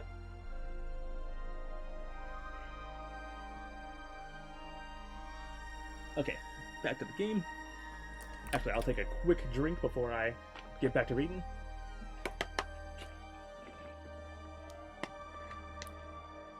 We'd probably never see her again.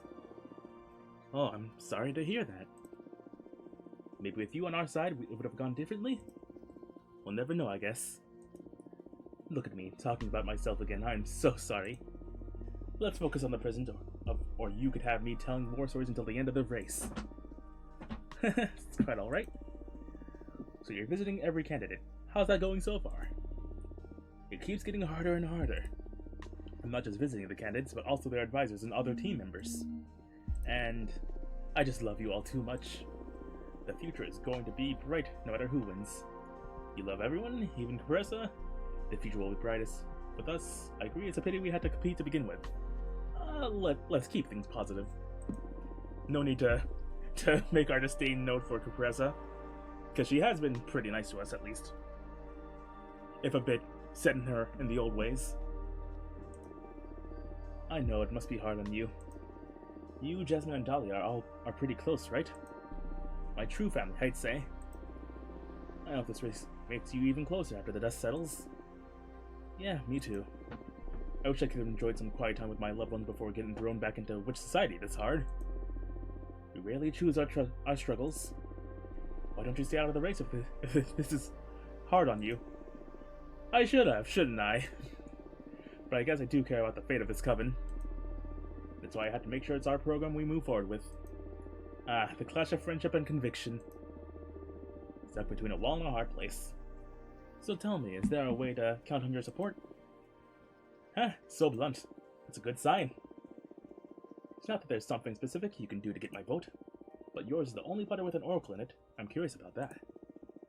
So if it's not rude to ask, I would like to experience your divination. Boy! Specifically how it may benefit the everlasting task of charting this universe. What did you have in mind? A simpler request. Tell me about somewhere I haven't been. Ooh. Literally seeing into the future. Not so simple considering you're famous for having been everywhere. Everywhere known, at least. I guess there's no harm in writing up a place where I'm not going to find. Should I overdo it and impress her, or should I stick to her request? I mean, we have the powers of literal manifestation via our cards, so why not go all out with it?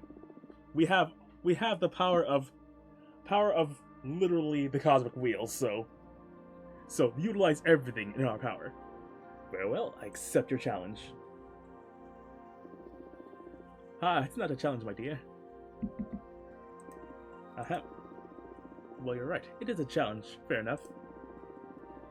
You know, Minaka, it'd be a huge honor to count on your support. So I'm not only going to tell you about a place you haven't been, I'm going to tell you about what you'll find there.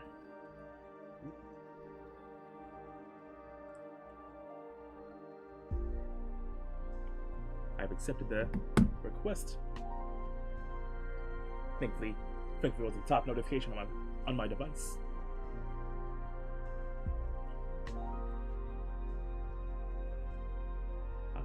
I would love to see your previous work, Dragon. I love looking at art and people's designs, so feel free.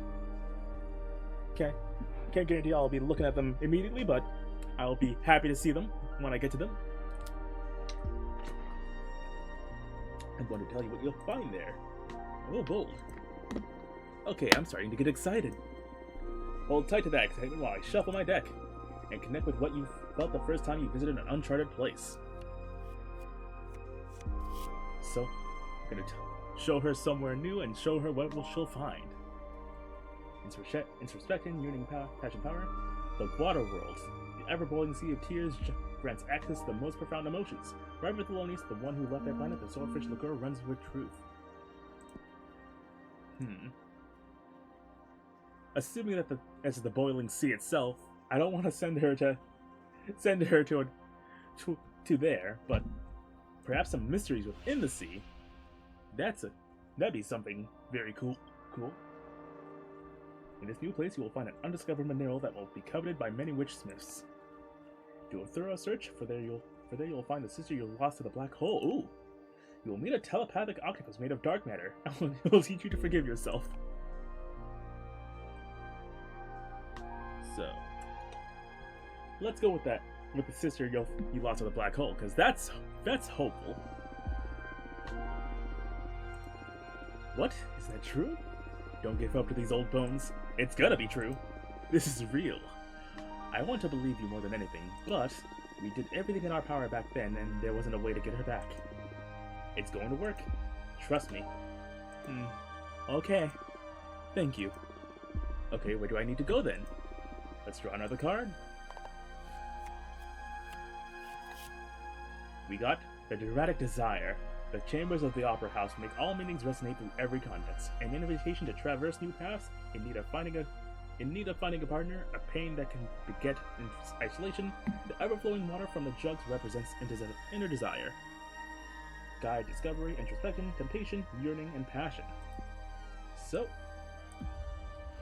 that's the only place we can put it, so we're testing out two of our new cards. Trace the light between the two largest stars of our galaxy and you will find an undiscovered moon that lost its planet 500,000 years ago. Or, travel a light year below my house and you'll discover a planet whose atmosphere is immune to light. I like that narrative. Someone traveled through a black hole, ended up somewhere that has no light, and it's just out in the void where we currently are. Travel a light year below my house and you'll discover a planet. Haha, come again? There's a planet immune to light under my asteroid home. First of all, there's no under when it comes to navigating space, but sure, I'll take it. But then what does immune to light even mean? Are you sure you're not just improvising some cheap sci-fi nonsense? Haha, when you put it like that, it does sound ridiculous. I don't know what being immune to light means, but I'm sure that if you follow my directions, you will find just that. Well, Chunai, this is not a game to me. Are you sure you want me to travel 1 light year below your home right now? Yes, I am 100% sure that you will find it. Very well. I'll bet on your divination.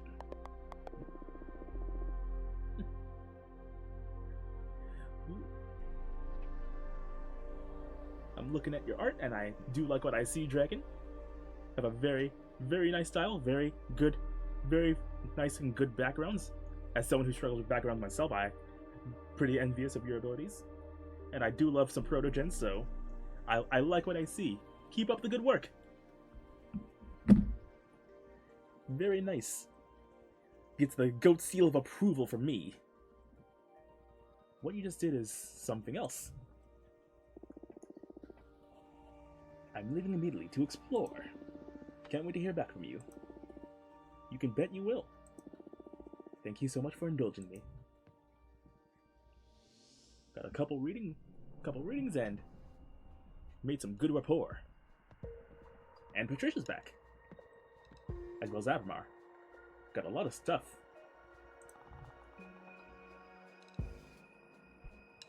Okay.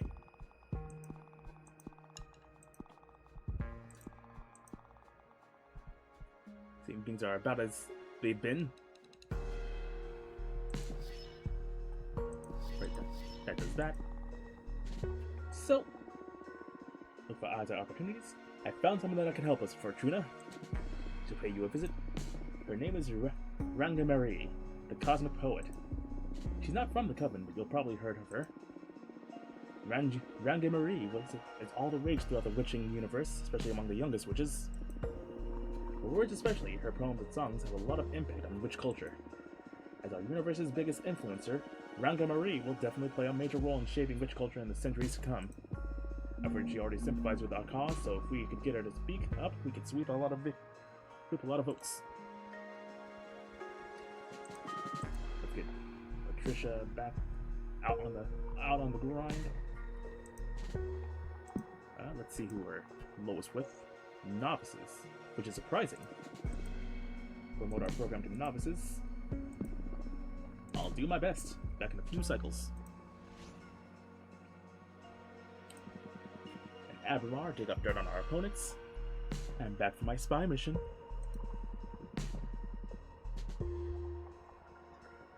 One moment.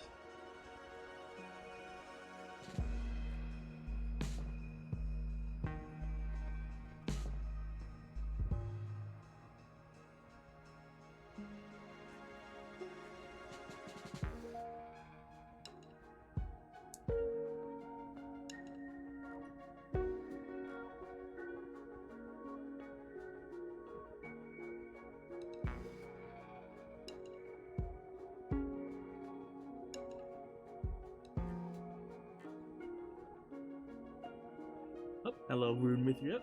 Good to see you in chat.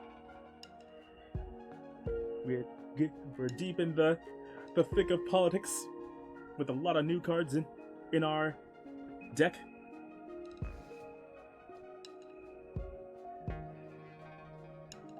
What dirt we got? I found something a bit worrying about our friend Jasmine. Presumably with the best of intentions, but still quite unethically in my opinion. Jasmine has been adding some performance enhancers to her mixtures. I can't believe Jasmine has been doping. Trying to make Adonis happy and life easier for her sisters, she's been spiking in the dried leaves and other infusions she's provided the Covens with. It was all with the purpose of helping everyone meet their quarterly controls, but still to do so covertly. Apparently, some witches discovered that their mixtures were altered, but Jasmine apologized and asked them to keep it hushed up, promising she wouldn't do it again. If we reveal this in the debate, I'm sure it'll cause quite the damage. But it may damage your friendship too. In any case, here's the info. Doesn't hurt to know more about our rivals. Alright. So, Girth is working on the producers. Patricia's working on the novices. Warriors are kind of a lost cause for our cause. We already got the oracles on our back. So it looks like the academics would be the way to go, yeah. Since we got Pepper on explorers, I'd like you to. Oh, but we can't have Abnar pitch our goals. So let's look up some more dirt.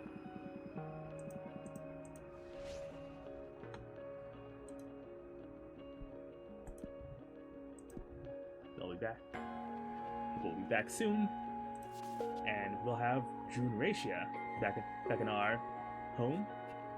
In a moment of truth, let's confirm whether our paths align or diverge. I mean, so long as you don't delete another one of my cards that I just made. I must confess that you have surprised me when you decide to run for leadership yourself instead of supporting Jasmine. But I am glad you opted to follow the wise path. We must devour Adana. Are we allies then? Good day to you too, or I'm not doing this because of you. I mean, yeah, I don't want to be too forward with her.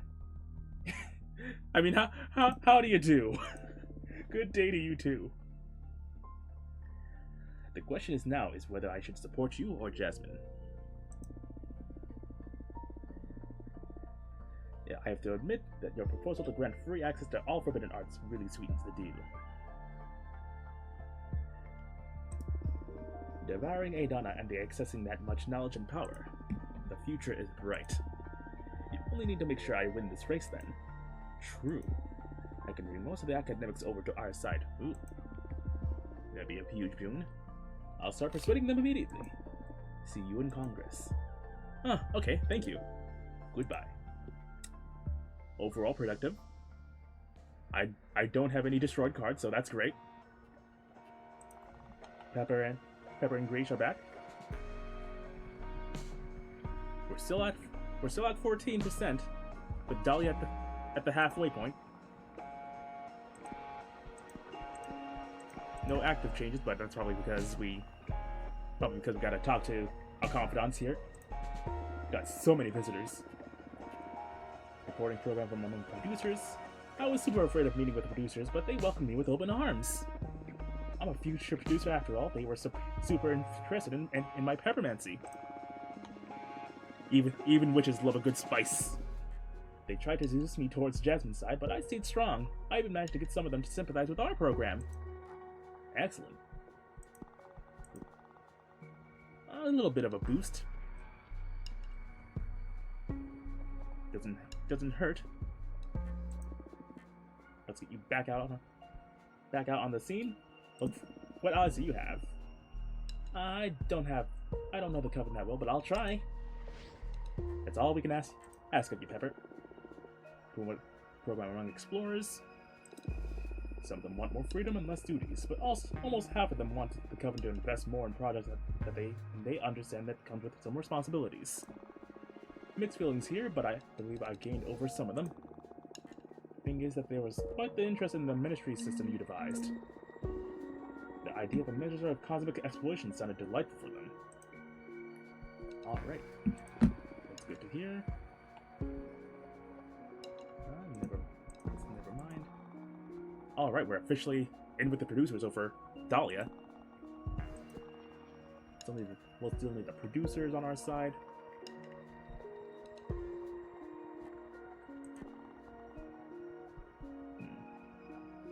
Somehow the academics aren't on our side, but that's kind of why we're Mithria. Not Junrisha. Got it.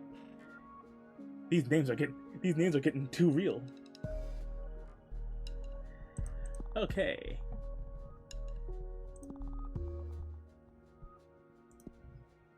Okay, let's get breathe on novices then. Wait, we already sent Patricia on. We already shouldn't send Patricia out on the novices, so challenge our opponent's program. Let's challenge Dahlia. Yeah, sever ties on the mortal affairs. So we'll have that on our side. Udis. Got Manaka back in. And Zero Jade Sculptor. We've kept them waiting the longest, so... For the attention of the Oracle Witch. Hello, my name is Zira. Me and a group of my sisters are fleeing from a conflict in our former coven. We are being hunted and executed. We are desperate. I beg of you to hear me out. Thank you, Zira Jade Hunter. Jade... Whatever that was. She's here, and she's riding in on a green carpet. Fancy. Thanks for having me. My name is Zira. I am a Jade Sculptor. Welcome, Zira. My name is Fortuna. I am a cardomancer. What can I do for you? I led a group of refugee witches. We are in desperate need of help. I'm so sorry to hear that. Oh no, I'll help in any way I can. Or am I in trouble for hosting you? I mean, we can't promise anything yet, and we shouldn't promise anything yet. So, we're sorry to hear that. Take your time and tell me what happened. I should first tell you about the nature of the conflict. And for you to properly comprehend what's going on, it's imperative that you learn about our culture. Are you familiar with the traditions of the Jade Sculptors? Not much. Please educate me. With pleasure. Thank you for listening to our story. We, the Jade Sculptors, are specialized in dialoguing with precious stones. We can ask them what the potential is and carve any of them into magnificent magical tools. I'm gonna take a quick drink.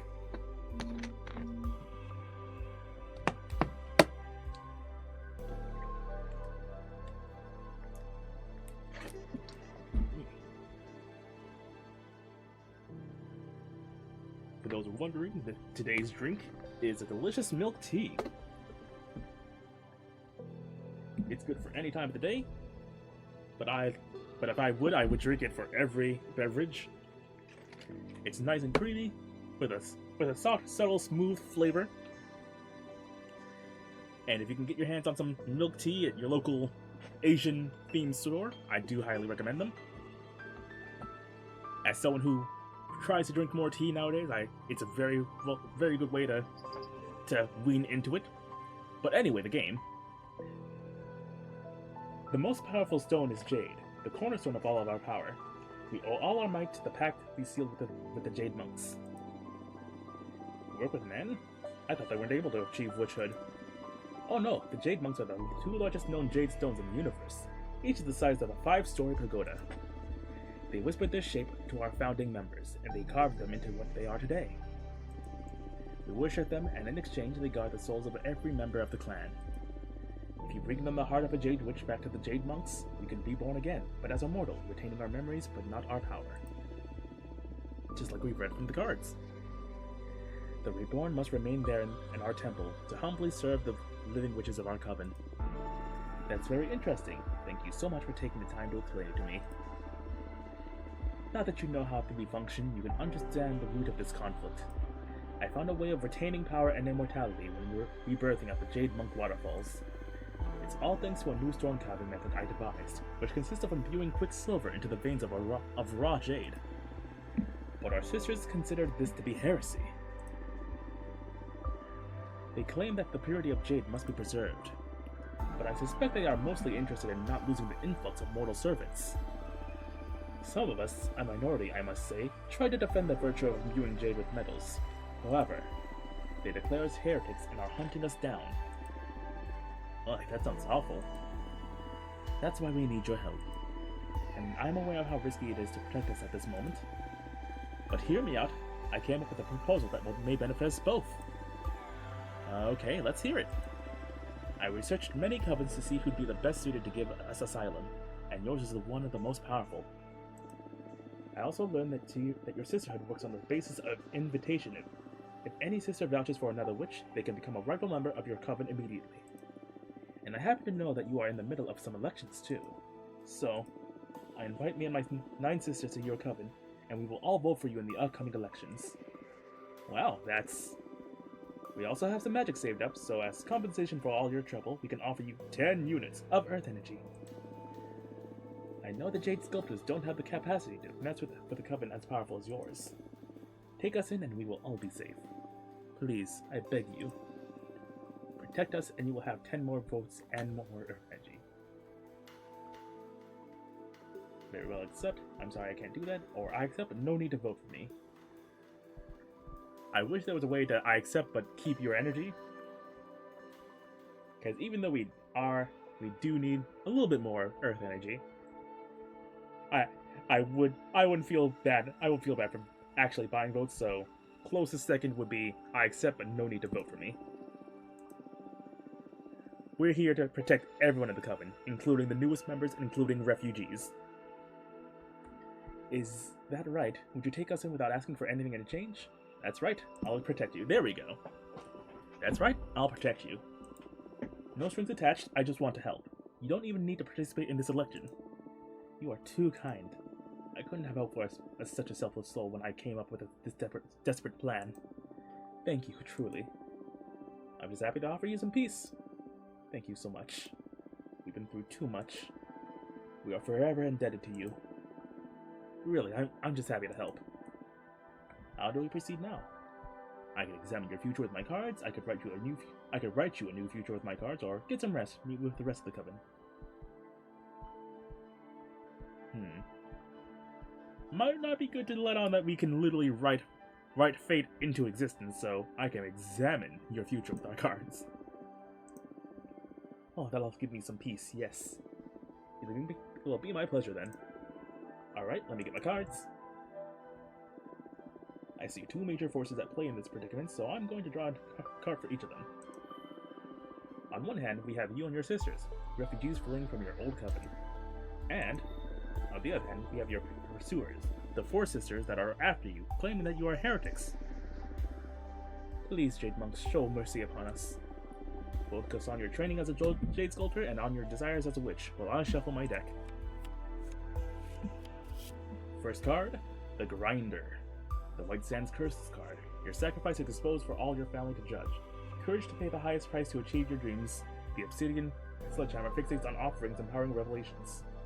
Leadership, purpose, alliance, justice, support, success, temptation, and happiness. So that seems like a good card for our refugees here. Greatly inspired by my talents, you will carve a temple and a statue in my name to worship my figure and nurture my powers. Very self-serving. You'll end up founding your own coven that will path the Jade Sculptors, or, using your art of imbuing jade with quicksilver, you will fuse with your sisters to become a powerful entity that'll witness and survive the end of the universe. Ah yes, the good old Gestalt entity. But, let's have them surpass their former coven. With the power of friendship and unity. That's not possible. Why not? It is now. The Jade Sculptors didn't exist before your ancestors carved the giant jade stones, right? The possibilities are as endless as time for a mortal being, such as you and me. You're right. I need to start focusing on what's ahead. And what you foretold is something well worth looking forward to. Thank you. We here write in fate for the better of everyone here. Once upon a time, the prairie grants a space for meditation, a song for incredible deeds. The Aether Rings elevate the Arcana for everyone to see. A hurricane of air energy will stir luck and call for the unexpected. Authority, leadership, purpose, predestination, and luck.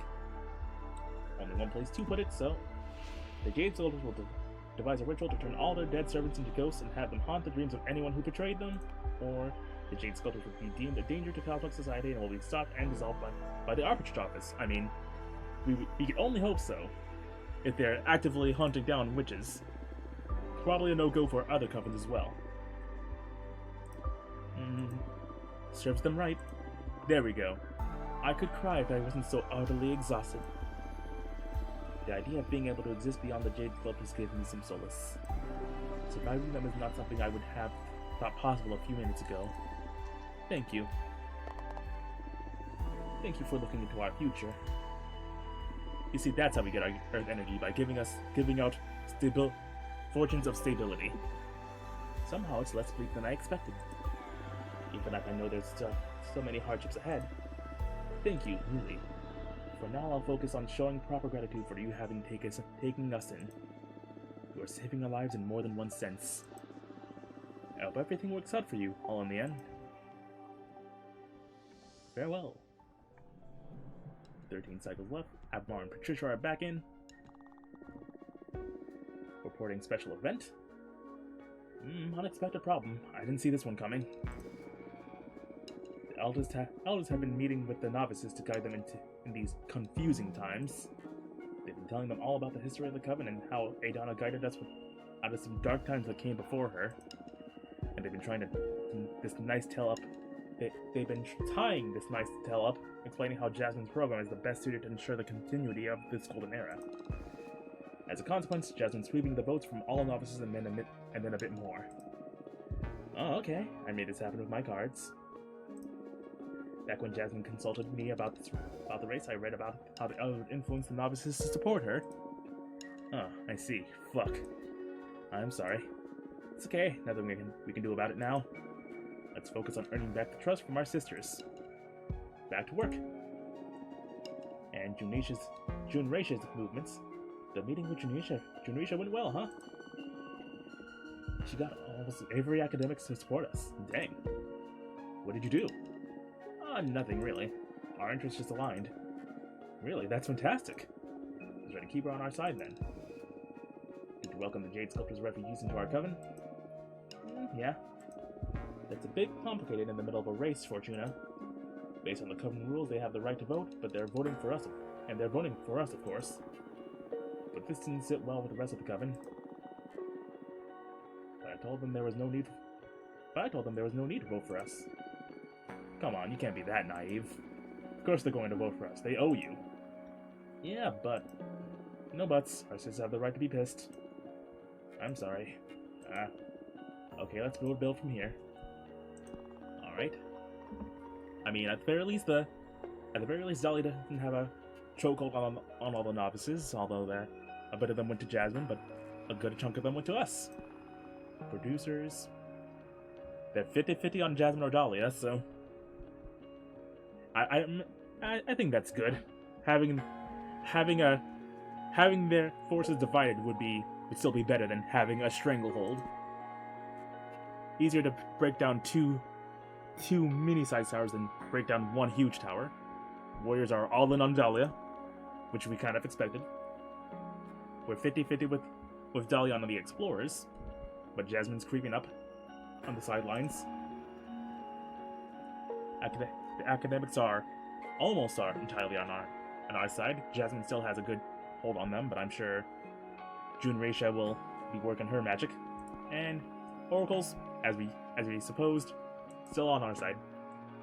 But we're bumping up, and we're bumping the others down a bit. I would try to put those novices in their place, but they're not ready to see sense yet. Okay, I think it's best we have you focus on a different demographic. I'm sorry. We could try out the producers or the warriors.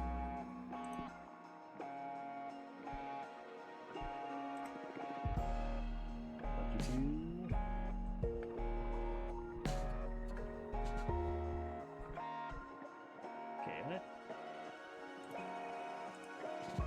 see if there's anything else we can dig up.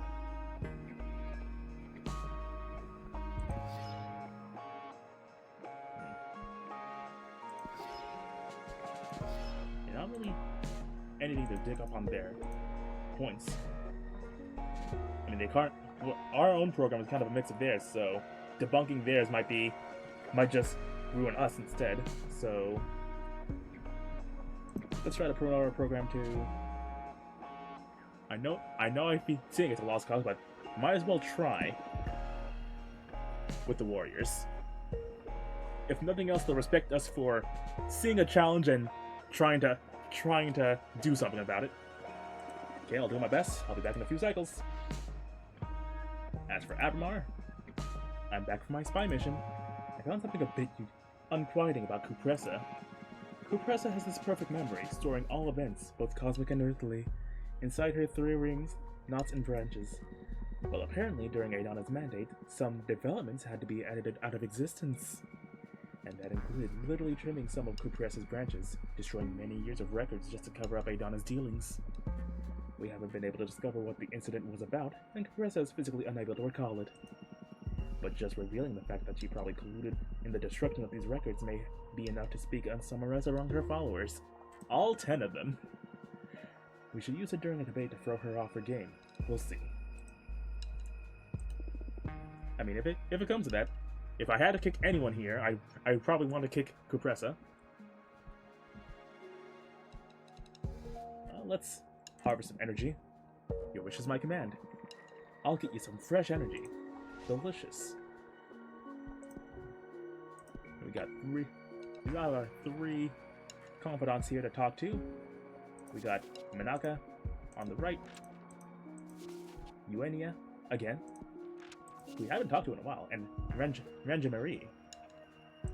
So, I'm gonna take a quick break to use the little goat's room and pack up on some snacks. I implore you guys to also take a quick bio break and snack break. We'll be back in a few moments, and then we'll get to reading some letters and hopefully doing some more reading. So, see you guys in a bit, and I'll see. And be sure to do all you need to while you still have the chance.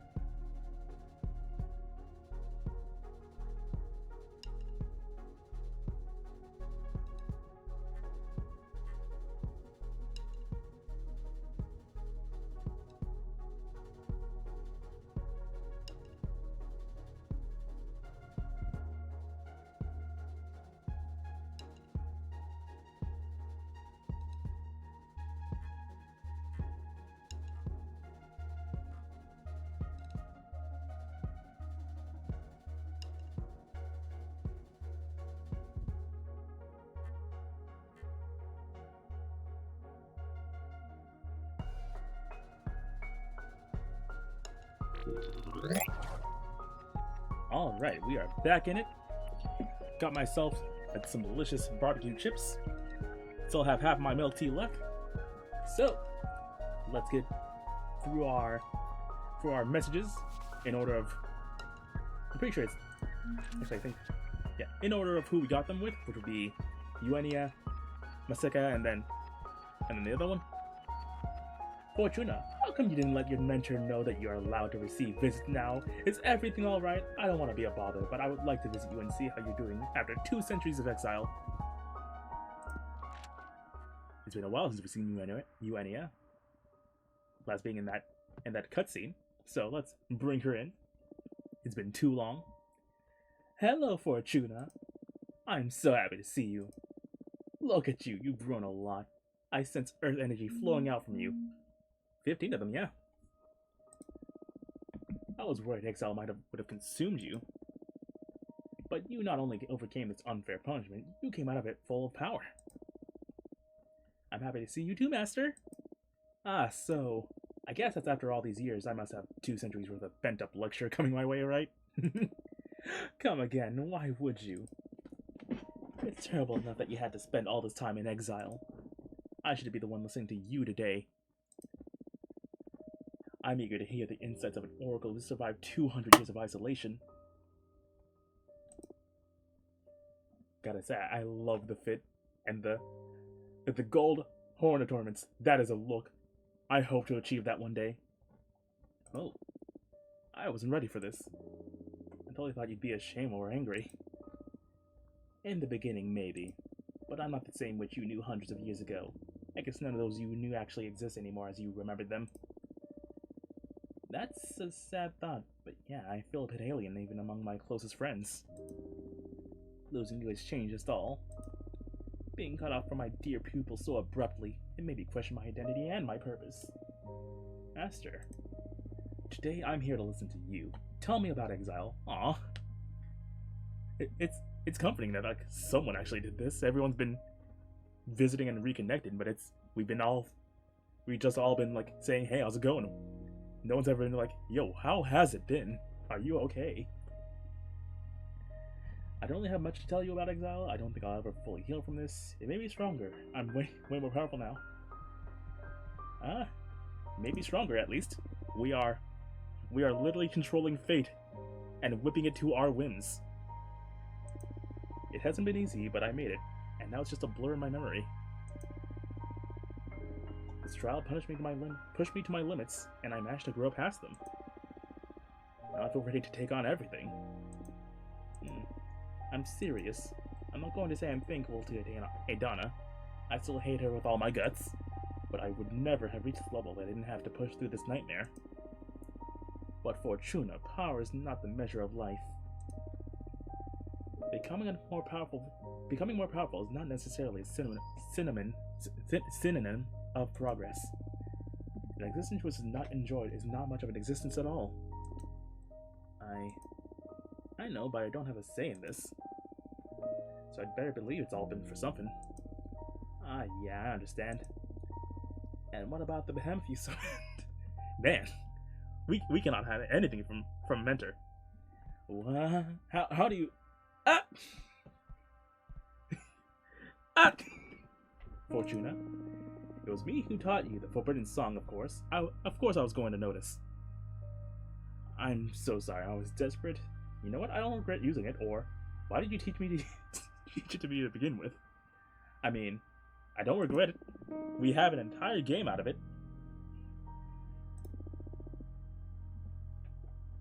Of course, I'm happy you did. At least she understands. We got a cool teacher here. Love that. I taught you that spell for a reason. It would be twisted to teach you something that you weren't meant to use. You knew that I'd eventually summon a behemoth? I want you to have the option. I mean, fair. The option to break the magical pact? Yeah. We have the coolest teacher. You see, laws are just an agreement between members of a community to have some broad guidelines about what is correct and what not. What connects? How did I get that? But hardly any law survives every context. Plus, to be frank, most of us are shoved into a system of rules that we haven't previously agreed upon.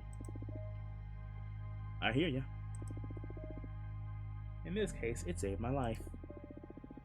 I knew this day would come, that the moment you use the forbidden song, you would become a fully fledged witch. You are no longer my apprentice, and I'm no longer your master. I mean, not in like authority, but like in the same sense as we wouldn't have anything we have without you. And you took us in and taught us everything we knew. Now it's just a cool title.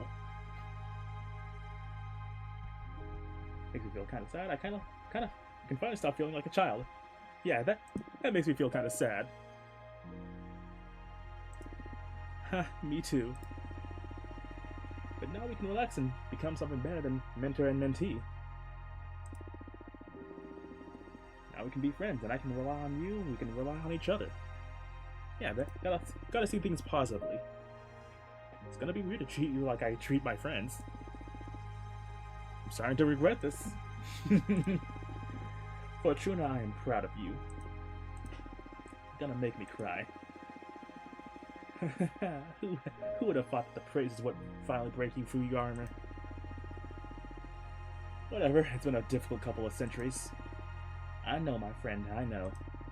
By the way, speaking of surprises, what's this about you getting into politics? Patrice forced me to, basically. I want to fix Adana's damage. I want to help create a better universe. I don't really know. I mean, Patrice did kind of... If we're speaking to our mentor as a friend, so Patrice forced us into it. Ah, your other mentor. I don't officially recognize her as such. I know. If she's put you up to this, I'm sure it's gonna be something good for you.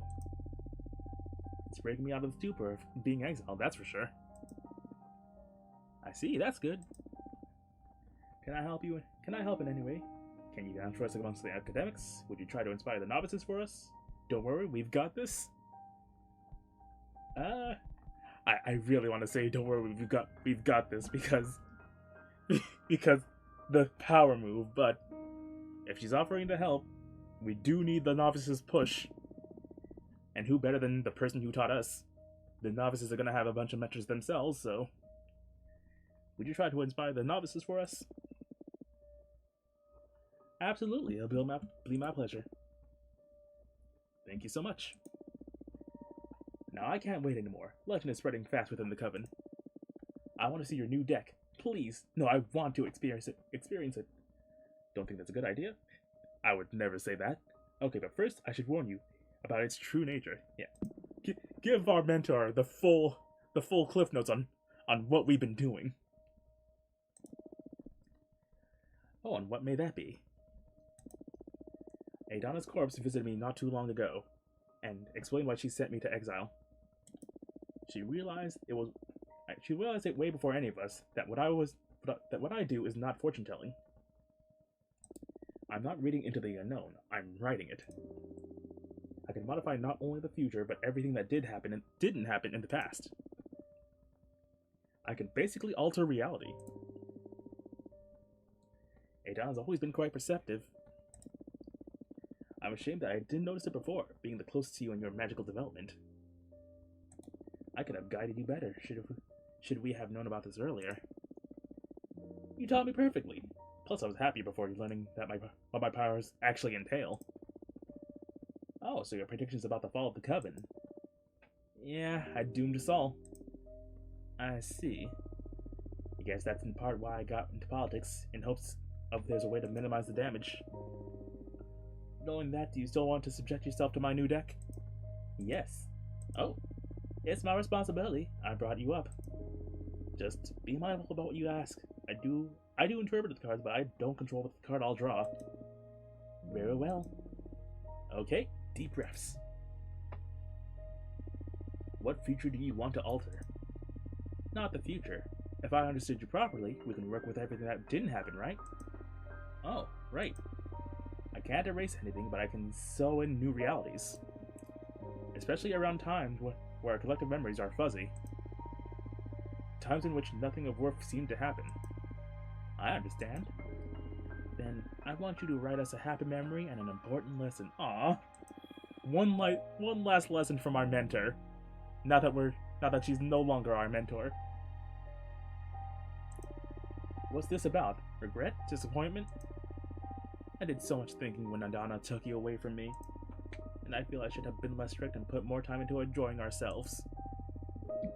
Now you're telling me you have the power to fix that, so let's see if you can turn me into a better mentor, even retroactively. Aw, that's adorable. Focus on your pride and your compassion while I shuffle my deck. The roadside Justophilia. Phila. We walk the road alone for everyone to see. A magical harvest is meant to be shared. Harvest build communities. The Oracle only offers the strongest seeds of a strain. The sacred cane blesses the landscape. Guide, discovery, determination, rightfulness, justice, support, and success. I feel that's a good lesson card. I'm mostly hoping we'll get the Cosmic Wheel for memory so we can tailor pick our memory. You confided in me a way to summon the strength of your familiar, the opaline squirrel, as a conduit to channel the 4 elements at the same time. You taught me to create a magical stash that would slowly grow during my penance, so I would have a meaty magical reserve ready for when I came back.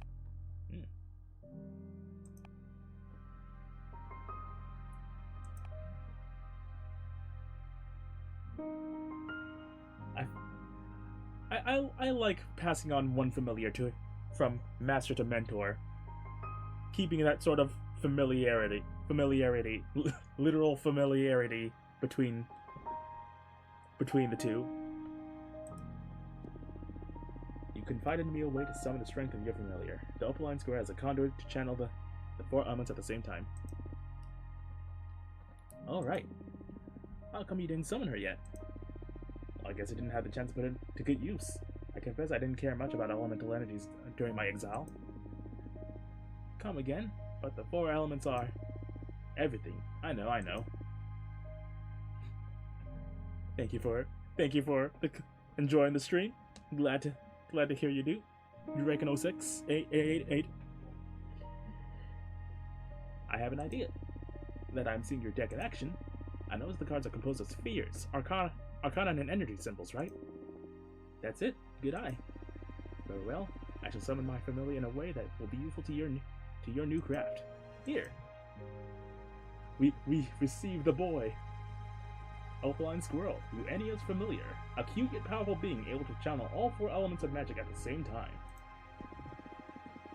As I once taught you, the Opaline Squirrel can channel the 4 elements at the same time, so it may prove a powerful combination with just about my arcana. I'm looking forward to creating a card with it. Thank you so much, Euenia. It is my pleasure.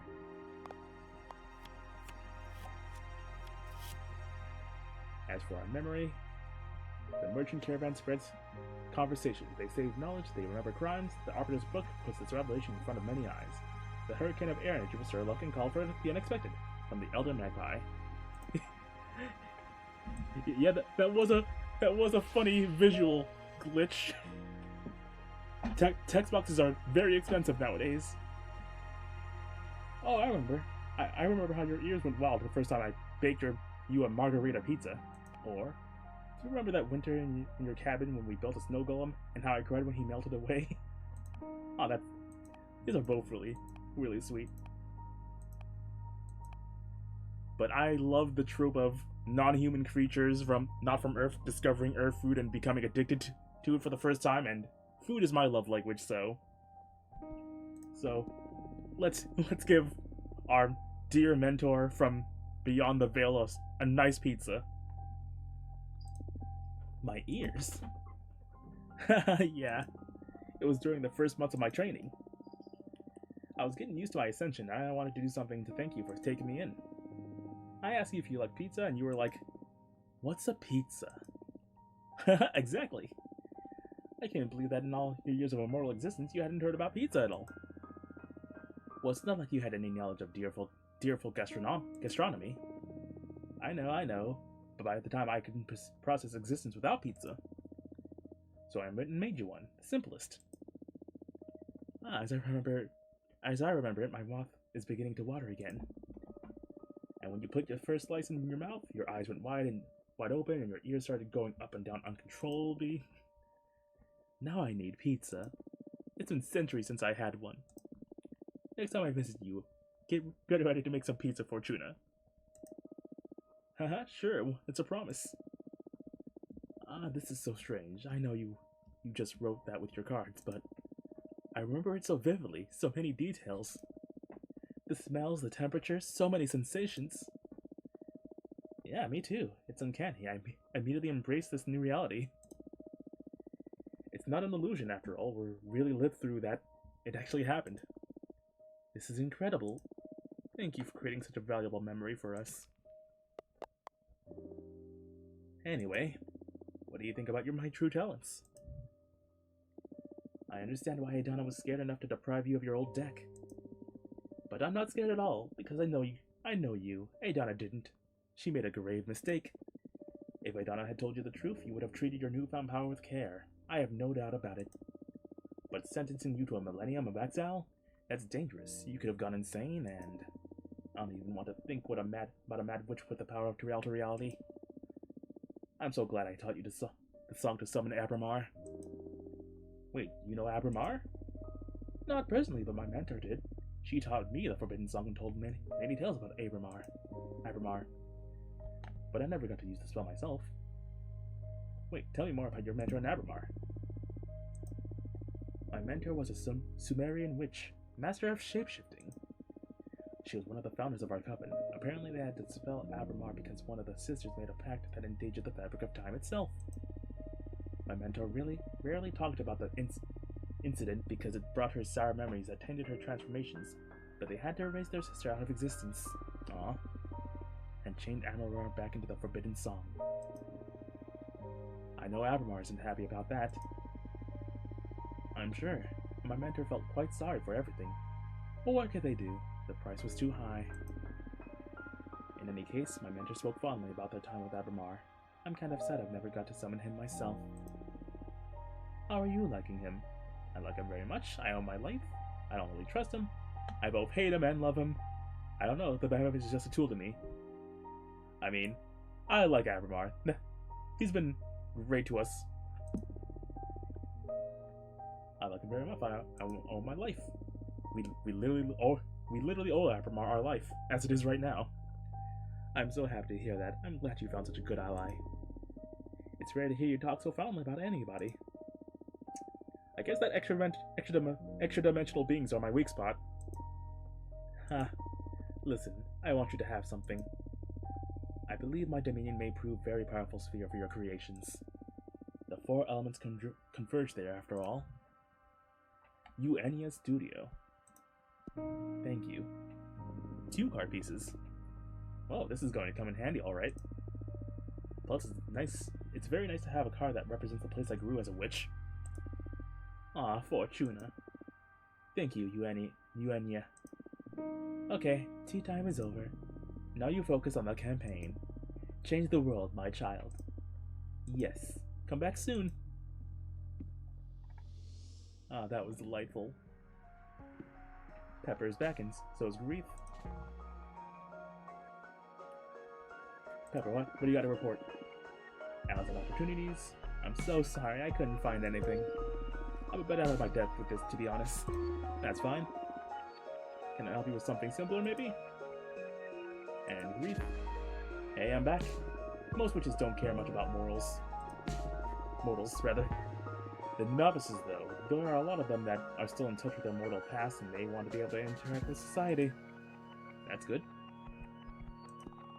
So, okay, we got the novices on our side. Still need some help from the producers. Still need some help from the warriors, which is Patricia's working on. Explorers could use a bit more explorers on our side. Got 2. We got our mentor and the other person on the academics, and Oracle is still in our favor. So, actually, I think having Pepper promote us to the Oracles could get them fully on our side, since we've personally mentored her. I'll go and spread the good word, absolutely. and then Grief can hit up the producers.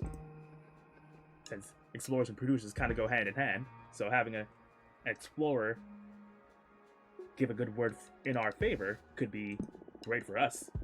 Got some very good ideas about how to draw witches toward our program. I'm on it. Excellent, excellent. And then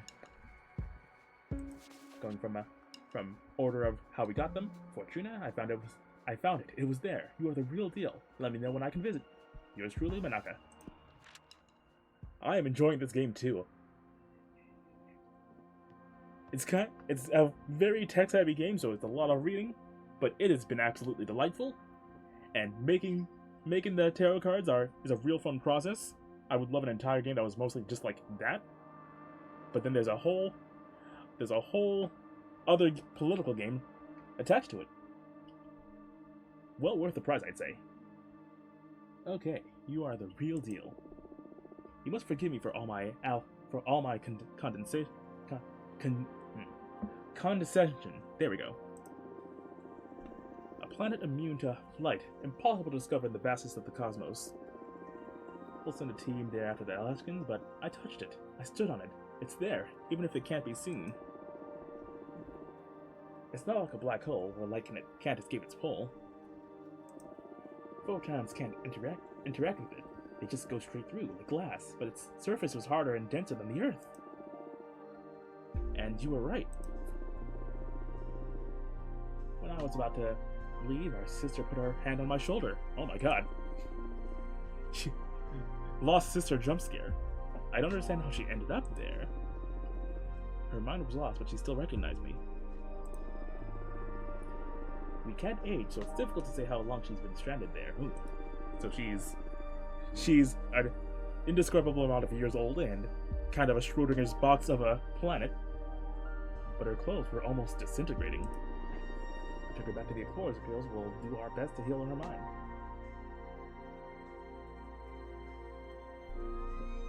Looking at that view.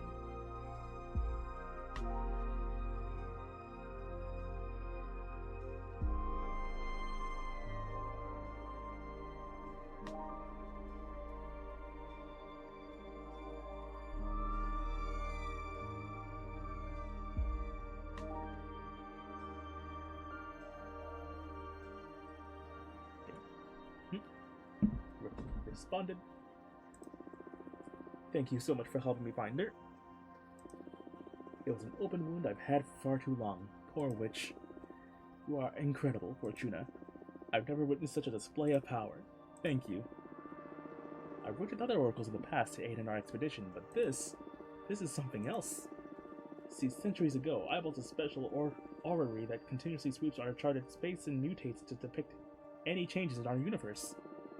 Down to the precision of an asteroid, your cute little house does indeed appear there.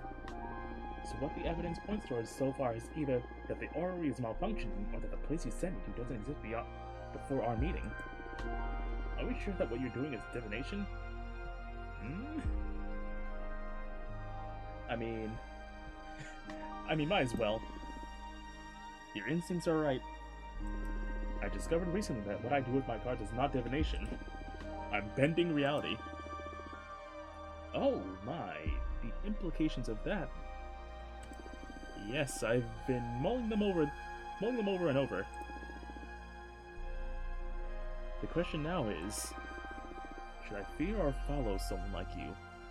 Why not both? You should definitely respect me, follow me and I'll take care of all of you. Neither, we can just be friends. Yeah.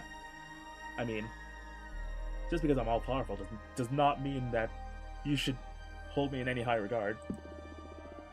We can just be friends. Absolutely.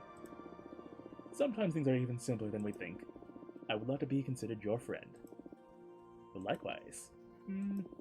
I'd like to further test the capabilities of yours if you don't mind. I'm going to have to start charging you, Manaka. Haha, this time it's something pretty straightforward. Do you know what this is? Creepy little box.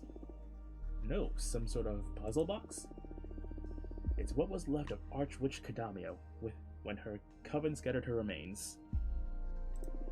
Her Her sisters aren't around anymore, but they trusted Cupressa with the contraption, and Cupressa trusted me with solving its mystery. This is ancient, even by witch standards. And you would like me to open it as a test? Oh no, that would be an unfair demand.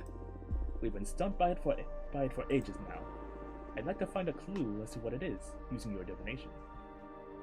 What do I get in exchange? Very well, let's take a look at it. I mean, yeah, let's solve this mystery. That's enough of a world in itself.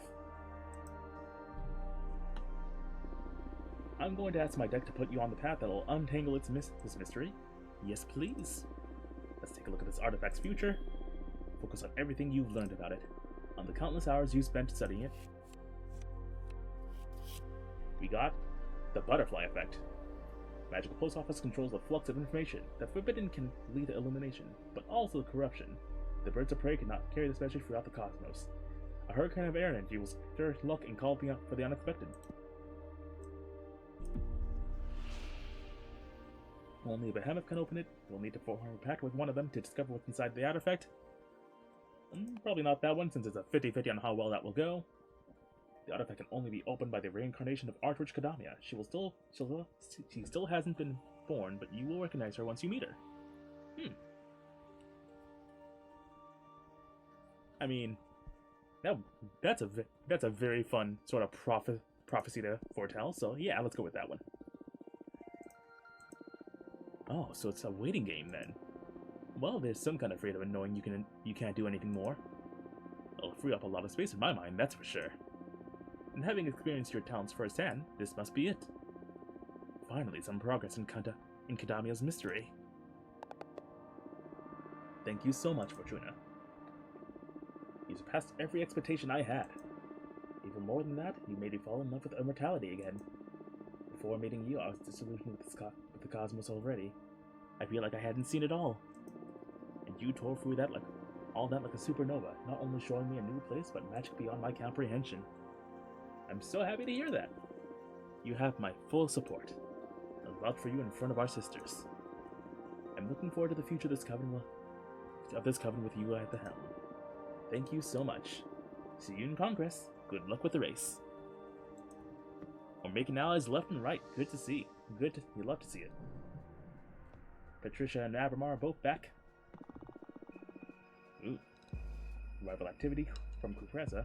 Okay, I have something worrying to report. Cupressa has been shamelessly parading Adana's corpse around to gather support. Maybe because they go back way too far, but for some reason the corpse complies with everything Cupressa says. This is giving our sisters reason to believe in Cupressa's plan of keeping Adana as some sort of mystic guide. Ugh. We need to do something. Fantastic news! Gwenny has been meeting with the novices, counseling them in these times of change. She vouched for you and the novices respect her, so much they're all eager to support us now. Thank your mentor for me.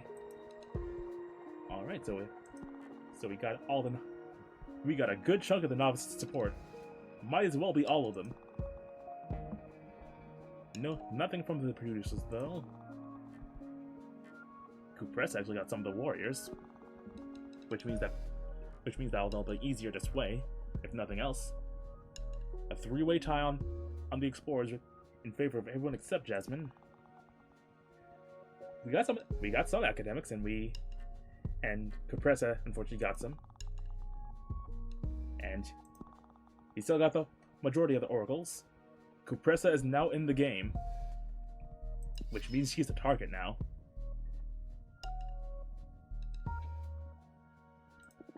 So we gotta hit her where it hurts.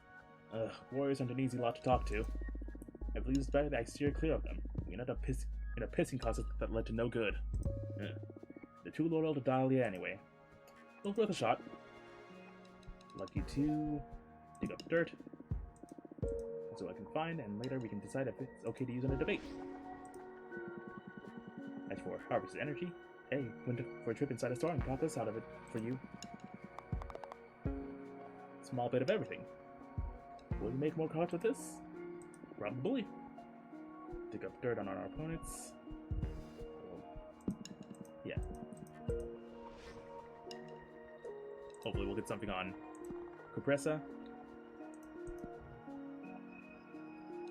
And actually, let's let's make a card. We've got a couple more card parts to utilize. Uenia Studio. Fortuna's mentor's rich studio, where she teaches the arts of cosmic magic. And yeah, this is Arcane, so where's our little guy? Oh, okay, he's probably the next one.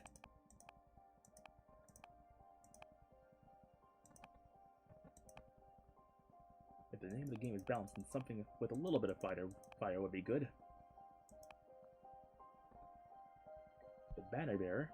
Consider puny cowards, these witches know there's nothing braver than to charge onto the battlefield with a cloth instead of a sword. Yeah, let's we're going with that.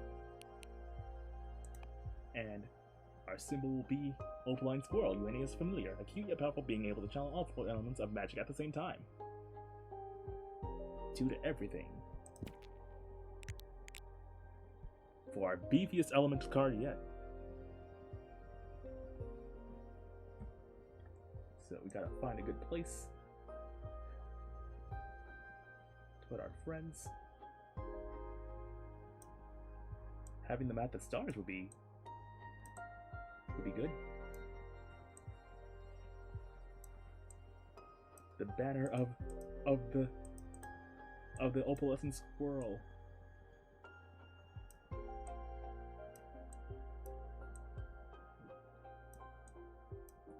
Even though it's a bit off center.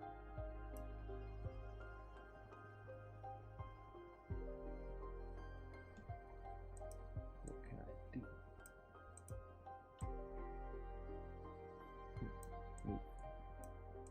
Centered this a bit. Let's turn our rat into a squirrel.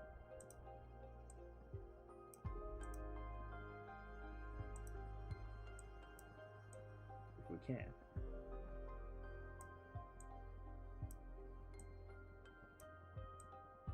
Big bushy tail.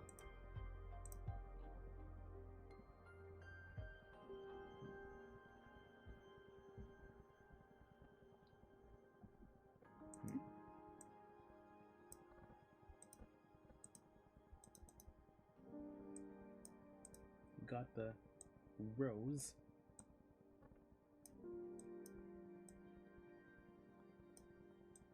Oh, wait a second. We give the mouse a steed.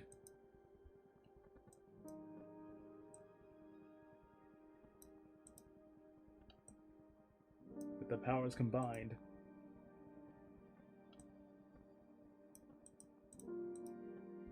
Pulling the tail.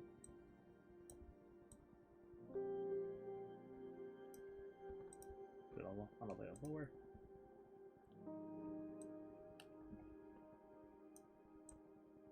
Into the balance of the elements.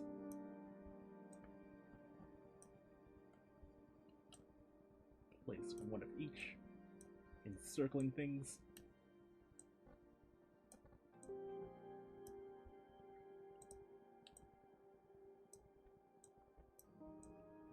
Beautiful, beautiful. Give him a shield, because he protects the elements.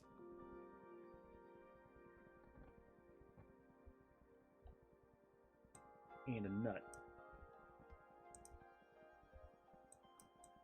Because you can't defend the elements on an empty stomach.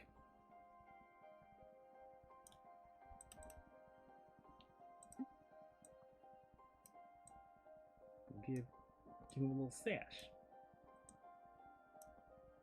A little belt with which to carry things, as all squirrels do.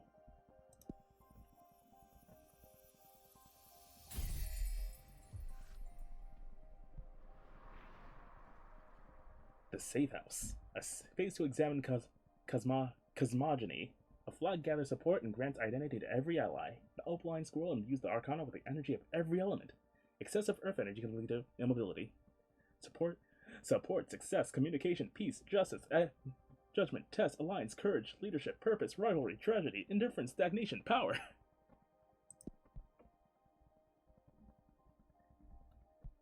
I think that's good. Pepper's back. might be doing some more reworking of our cards later on. Our newer cards are really heavy on the interpretation.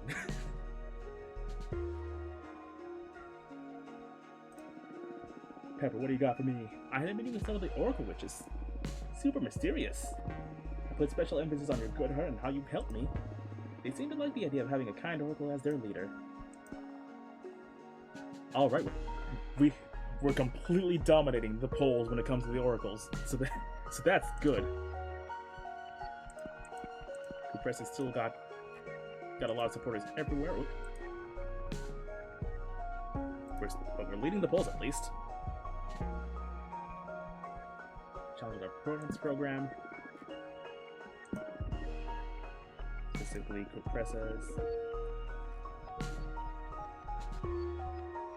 Quarterly controls. Let's hope they listen to the youngest with the Prince of Coven. We're fine. We're nearing the end of the election process, and we have one last letter. Okay. One moment again. Gonna take this moment to take a swig.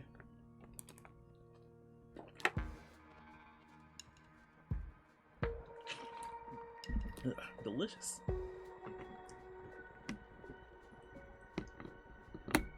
Also, medication check for anyone who takes any sort of pills or medicine at the current juncture. Be sure to take it if it's that time, or if you haven't already. It's important to be on top of that kind of stuff. Should have done that before the break, but better late than never. Regardless, one more thing I gotta check up on.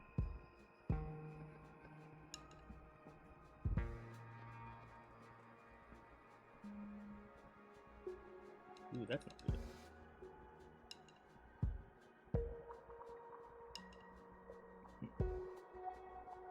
That is good, though. Excellent. Okay. Inside your mind, it's a kaleidoscope, refracting every possible path, and you are the road keeper. Love, Ranja Marie, Cosmic Poet.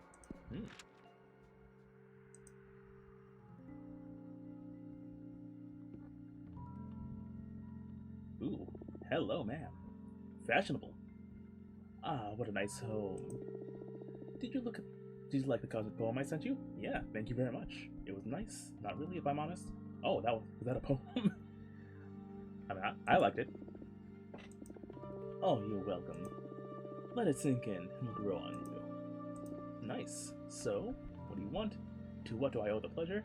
Can I help you with anything? What do I owe the pleasure? Shh. Let it sink in. Inside your mind is a kaleidoscope. It's still sinking. Refracting every possible path. Pay attention. Well, supposed to kick in now? Oh yes, very good. I feel very deep. Why are you here? And I am the road keeper. Powerful, huh? Look, I don't want to be rude, but I normally enjoy the kind of weird game, but we're a bit swamped at the moment with the coming elections. So what can I do for you?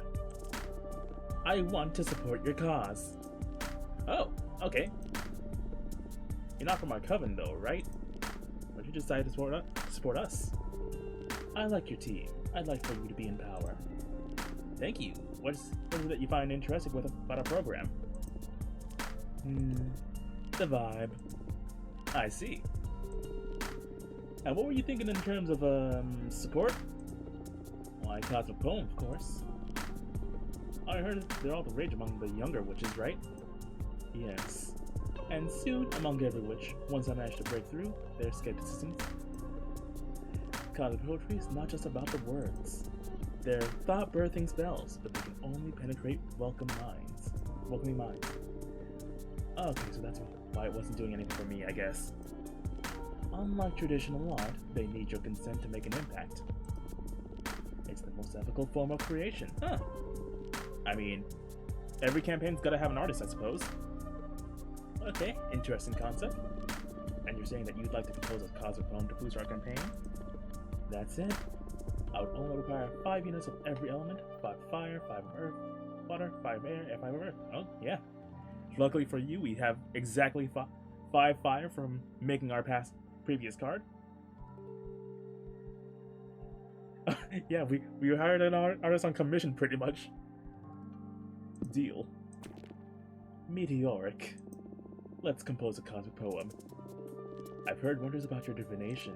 I wonder if we could use it for something avant-garde. Oh, what do you have in mind? Instead of actually writing the poem, let's peek into the future to see how it's going to end up. And we can skip all the pain of actually pondering every single word. Oh, a paradoxical cosmic poem. If we peek at how it'll look after going through all the process and iterations, we wouldn't need to actually put that work in. Yes, isn't it beautiful? My atoms shake at the mere thought. I dig it, yeah. Groovy. How do we go about this? Okay, so cosmic poems are composed of 3 important elements. I'd like you to ask the cards to look into each of them. Also before we get started, please forget everything you know about human poetry. These are spells unbound by language. In fact, everyone perceives them in their native tongue. So forget about rhyme, metric, and all that bullshit. This is the real deal. There's powerful ideas. Like a hit tweet. What's a tweet? Oh, you're a pre-internet witch, I see. When are you from? I sent it in the early 60s from planet Earth's United States. Right, so like graffiti that you read somewhere and find yourself thinking about it again and again. Gotcha. Where are you from, by the way? Nowhere, no when, literally. I woke up inside a collapsed star where space and time stopped making sense. I've never been immortal. But I really dig the human vibe. Oh wow. So it's all about the vibes. We got it. Is that even possible? Anyway, Cosmic Poems 101. The first and most crucial element is the hook. Conceptual gusts that prise open your mind. It readies you to absorb the energy of the poem. Second comes the line. The substance, the development of the idea. And third, the quite critical, there's the sinker. It's what drives everything home. It seals the deal. Reaches for the depths of your soul and delivers the cosmic poem. And are you following? Hook, line, and sinker. Got it. The idea is to develop a cosmic poem that makes witches connect better with your cause. Right, so focus on what inspired you to support us while I shuffle my deck. The Grinder. The White Sands curse their card. Your sacrifices exposed for all your family to judge. Courage to pay the highest price to achieve your dreams. This obsidian sledgehammer fixates on offering empowering revelations. Leadership, purpose, alliance, justice, support, success, temptation, happiness. So that seems like a pretty good line. When you yell, so does every star, every warrior, and every flame, a roar that shakes the universe.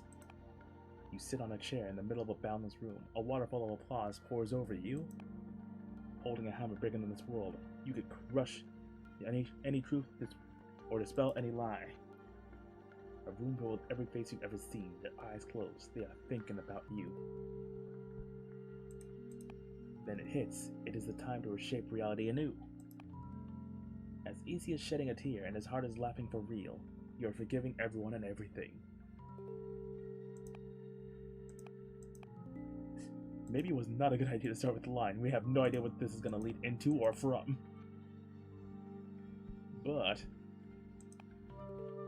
I liked eyes are closed, they're thinking of you.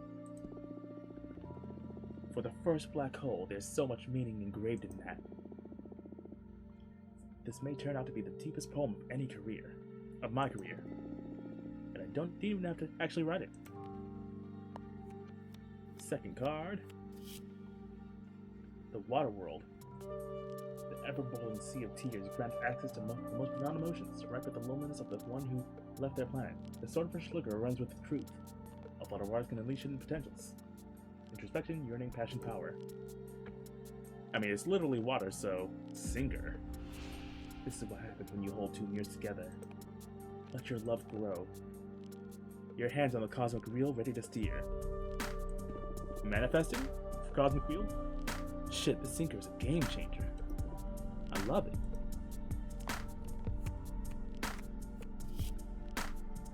Last but not least, the fervent. Consciousness of the many selves, the hunter becomes an audacious accomplice. The coyote seeks a rival.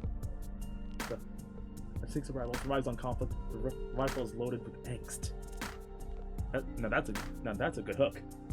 Determination, rifleness, deception, the unknown, alliance, rivalry, tragedy.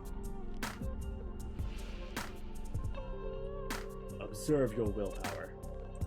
A truth behind every shadow. An invisible whisper that warms your chest. A moon cracks, its molten core pours it out into the cosmos. Truth behind every shadow is super powerful. Whoa. Powerful. You bet it caught my attention.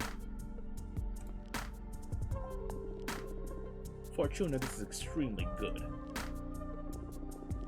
Let me bind everything together in a spell. I can't wait to listen to it. My mind will be welcoming for this one. Haha. Ready? Let's do it. A truth behind every shadow. A room filled with every face you've ever seen. Their eyes closed. They are thinking about you. Your hands on the cosmic wheel, ready to steer. This is a masterpiece. Are you feeling it? Ooh, I love it. Yeah, it's nice. I like it, but I don't really get it. Cosmic poetry is definitely not for me. I mean, as something of my own creation, I love it. Right?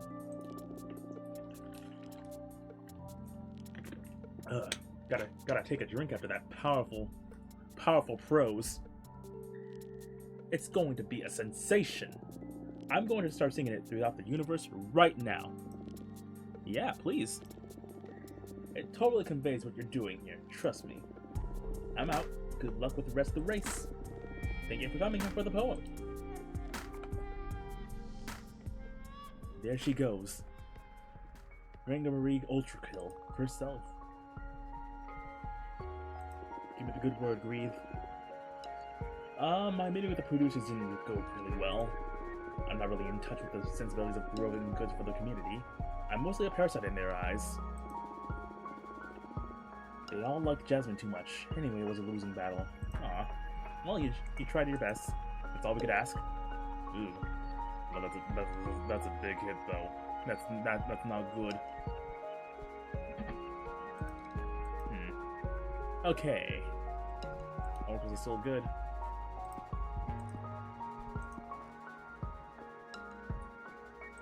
Let's have Greed do what she does best and talk to the explorers then. Promote our program to the explorers. That's a very good idea. I'll push toward our program. We've got no visitors.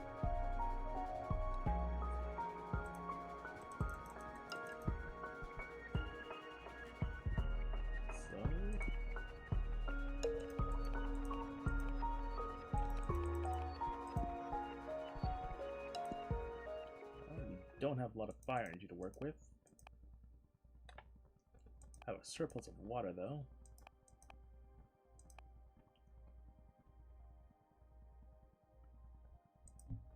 Actually, I mean, I guess we could sleep a bit. We've earned the rest after this entire campaign. Well, we regain all of our energy in the physical capability sense, and see what it leads into energy for any future readings. I'll just rest for a bit.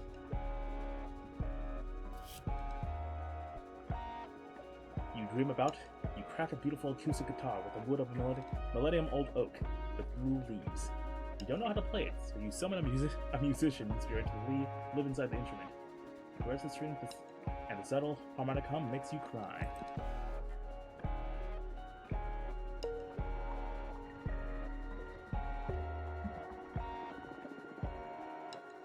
Bad news regarding Jasmine. Somehow there's only one cycle. A powerful group. Apparently she's been funding a group of academics to research what it really entails for our powers if we all devoured Idana. And wow. I mean, if I wasn't on your team, I'd probably vote for her now. Even though we had the same point in our program, now we look like we wouldn't know what to do with all that power. But we mustn't give up. It's not good. Let's start the counterattack. Made a great impression on Manaka. She is watching for us, swing most of the explorers to our side. Got a little bit of sway at least. Manaka is wonderful. I had a great time with her. That's good. Good energy for the race. Keep it up. A troop behind every shadow. A room filled with every face you've ever seen. Their eyes closed. They are thinking about you. Your hands on the comic wheel, ready to steer. Wow. You're a cosmic poet now? That collaboration with Ranga Marie is making every novice crazy. It's inspiring sisters in every demographic, really. Really? I'm so happy. We've evened out the odds, if just barely. Great job, Fortuna. And remember, your hands on the cosmic wheel, ready to steer. Haha, shut up. Okay, we got all the novices. We've lost all of the oracles, but we're still 90% of them. Jasmine's got the producers on a stranglehold. Dahlia still has the warriors. We got a good chunk of the explorers. And Dahlia has the academics. Or Jasmine has the academics, rather. Dig up dirt on opponents. Hey, I did some digging. I uncovered some history to Dahlia's work, which we could spin an angle from. Some decades ago, there was this revolt called the Nightmare Uprising that had to be quenched by the Arbiters. Apparently, a group of witches started to tame daemons and use them to control several mortal communities. They did so by using the daemons to infiltrate people's nightmares and alter their minds. The increasing cults started to get out of control, both on Earth and on the DR folk worlds. Using the power harvested from all the worship, the Daemon Tamers got pulled and tried to control the Arbitrage office using those very same nightmare incursions. They didn't succeed, of course, but the conflict lasted a couple of years until every single Tamer was hunted down. In fact, many of them serve as Arbiters today. Anyway, you're probably wondering how Dahlia fits into all this. Well, guess who it was who armed that small coven to begin with? Our very own Dahlia crafted the Daemon Taming Daggers. And while there's nothing illegal about crafting daggers for witches outside of our coven, one could say it was irresponsible to grant them the armament that ultimately led to the Nightmare Uprising. In any case, even though the Arbitrage Office's investigation declared Dahlia absolved of any responsibility, the role she played in that uprising is something most witches are aware of. Just bring it up may have some of her sisters questioning Dahlia's judgment, and to have that kind of debate in the air will surely weaken her support.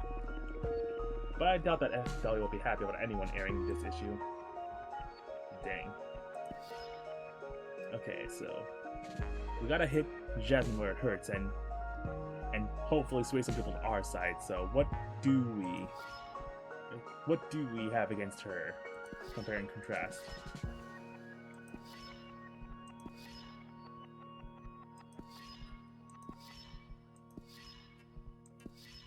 She's against banning the forbidden arts, but I think we already went against that.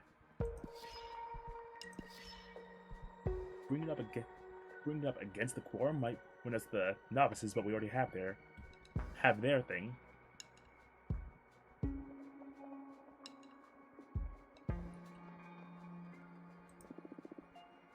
So let's try to challenge the freedom and trust.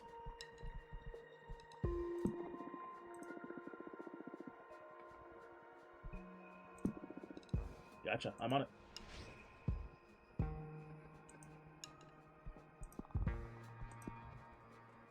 And we are still good to rest of it. How's time looking? Yeah, not really much for us to do, so go to Eve again. Hopefully get some news from other confidants, or at least a message. You're reading a book while watching your mother sew some cool patches on your sister's jacket. When she's done, she shows you the jacket, and all the patches have eyes that blink, looking at you. Creepy. Abramar is back.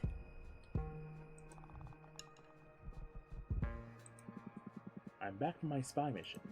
I found nothing. Dang. I'm just starting to get paranoid with the attention of the race. Maybe we should let up on the dirt digging for a while. Or not, your call. I'd like you to... More allies opportunities? I'll come to Cosmos and see what I can find. That should be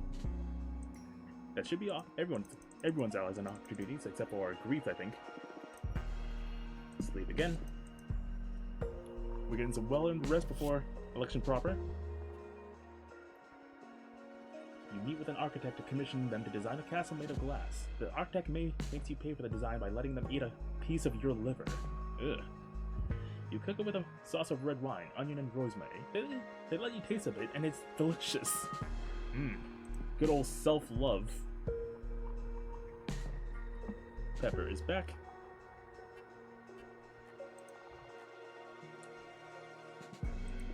Down to the last 3 cycles. Challenging someone's program is exhausting. You should have been there. Absolutely no one wants to keep dealing with the obnoxious quarterly controls. Everyone jumped on board pretty easily. I mean, well, that's good. Even though Compressor has no one at this point. But...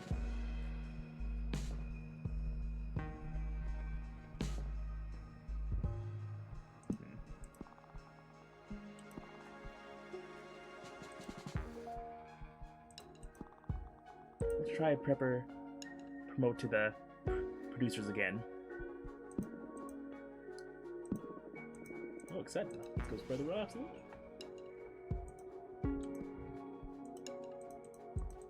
Yeah, don't really have a lot of energy to spare for any card making, so getting through the election arc might be for the best here. See what the next chapter has in tow for us. You meet your long-lost father at the highest room of the lighthouse. He's wearing a golden mask, gives you a small ebony key, and tells you to insert it into the keyhole on its mask. You do so and you discover your father has no face, but a tiny waterfall that floods the entire room.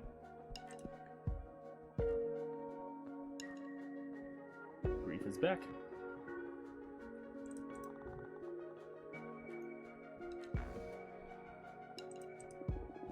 I'm back from meeting the explorers. We got a little bit of a boost from the full Coven, so we're inching our way into good favor again. Still gonna be a very close race though.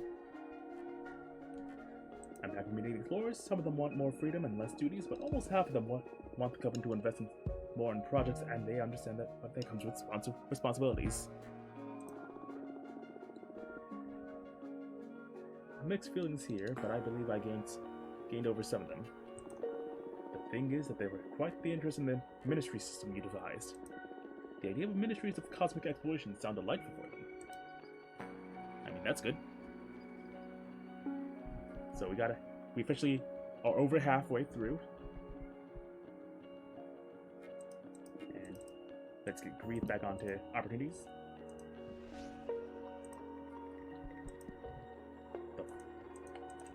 Second to last day. The final day approaches. I'll just rest for a bit.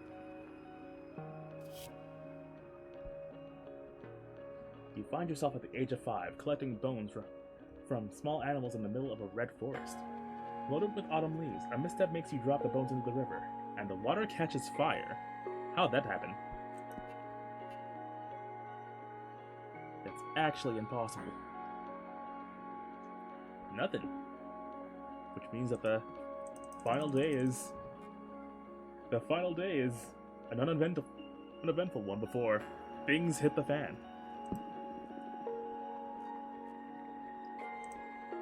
Here we go. Dink the last of my oiter.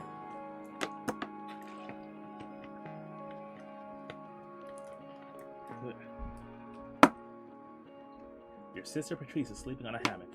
She seems to be having a nightmare, but you can't manage to wake her up. So, you decide to meditate and travel inside her dreams. Patrice was dreaming she was playing poker with a bunch of naked old men. They forced you to join the game, and now you're both trapped. No, that is a nightmare.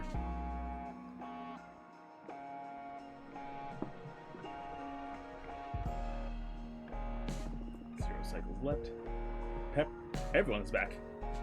Alright, time's up. We did everything we could. We are the favorite in the polls, so things are looking good for us. Great job. But let's not count our chickens yet. In a couple of days, the whole sisterhood will get together at the House of Cosmic Providence. There, every party will get to debate on our Coven's future. Not only that, but every sister also has the right to speak and will be able to express their hopes and concerns. Pretty much anything can happen there. Have you ever been to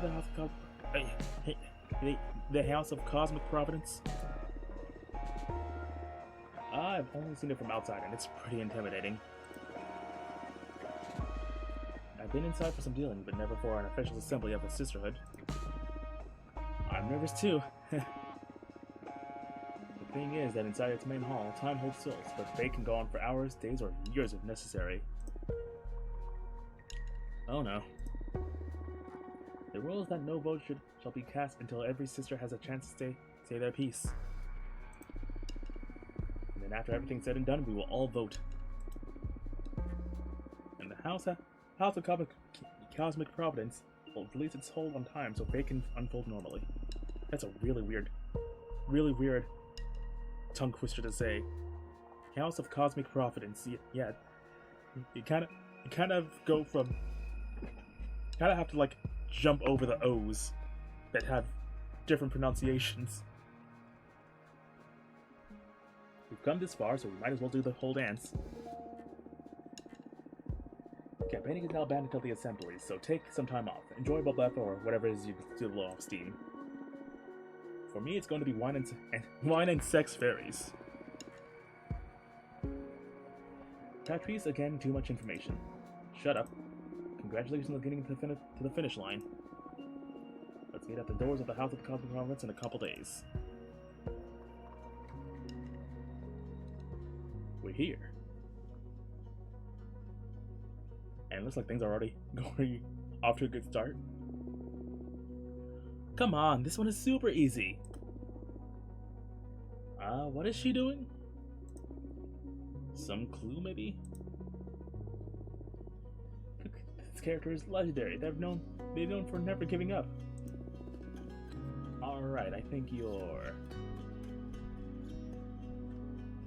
I can kind of see it being Batman, like reading up a Batarang or Wile E. Coyote. I mean, if we're going to the 60s, like classic Wile E. Coyote would probably be the thing, as opposed to modern day Batman. So, what? No, who's that? I know.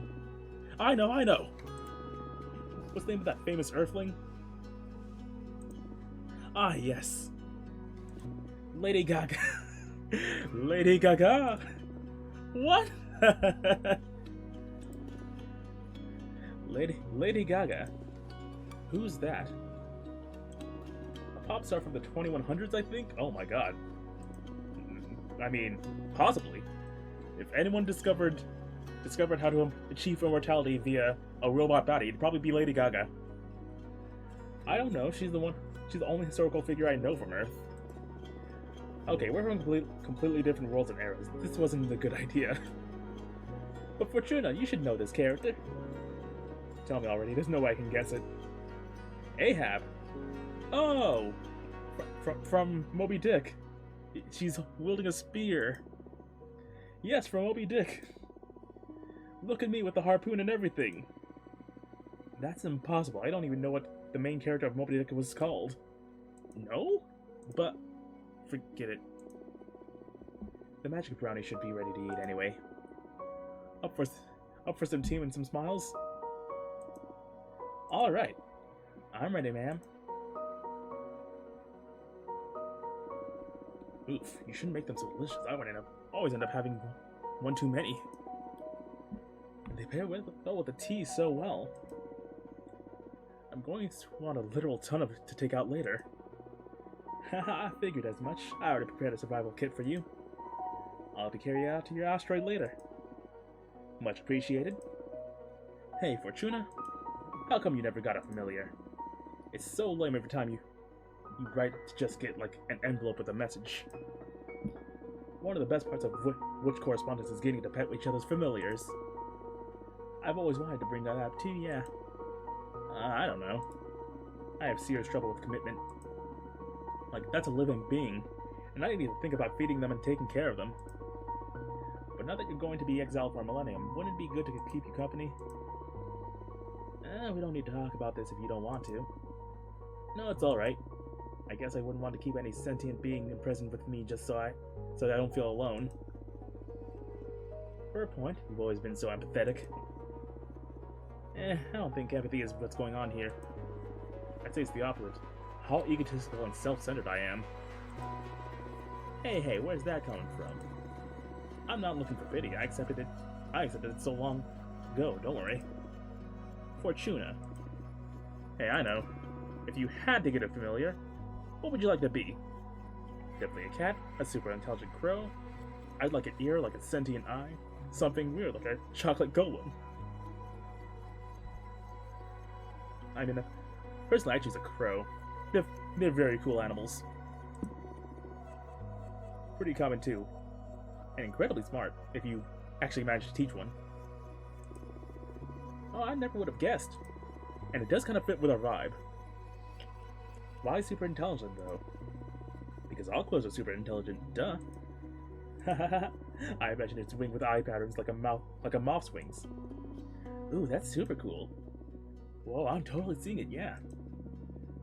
Where am I gonna find a specimen like that? I'll keep an eye out in case I can get you one for when you come out of exile. I feel bad capturing something so beautiful, though. But I'll look for a family when I'm free, I suppose. I promise, rather. Cool. Friends, my brownies are kicking in, and they make me feel like philosophy. Oh no. Oh yes, here we go. Listen, have you ever considered why men can't become witches? Because men have too much privileges? It's because of our superior emotional intelligence? Maybe it's a biological thing? Because the cosmos is unfair. Maybe it's a biological thing. If any, considering most wizards know the spell of explode your dick nowadays, we wouldn't want that for witches as well. Maybe it's a biological thing. Like our periods? It's not that at all. I know women that don't bleed. Oh, of course, trans women and non-binary people can ascend. Confirmed! We have several in our coven, so the biological theory goes out of the window. It's because men are the fucking worst then. Jeez, I will never understand how men got to be so awful on your home planet. Jasmine comes from the 19th century. From what I know, that was fucking nightmarish. Yeah? Women didn't even have the right to vote. That was just a symptom of how much they saw us as inferior. You sure you don't want us to invade your planet and institute a matriarchy?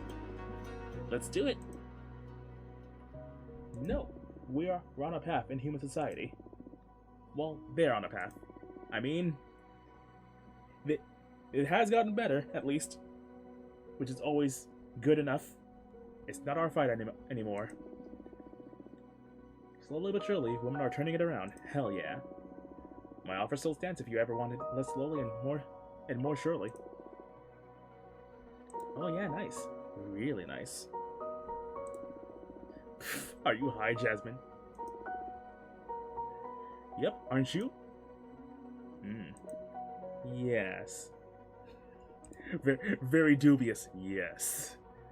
Let's dance. Hell yeah, boogie. Busting it down, occult style. Ooh. Jasmine, have you been learning new moves? Yes! Woohoo! Should we put some music on? There's music already. The plants are singing. Oh, sure.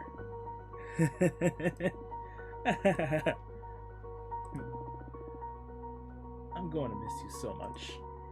Aw. Fortuna, I love you.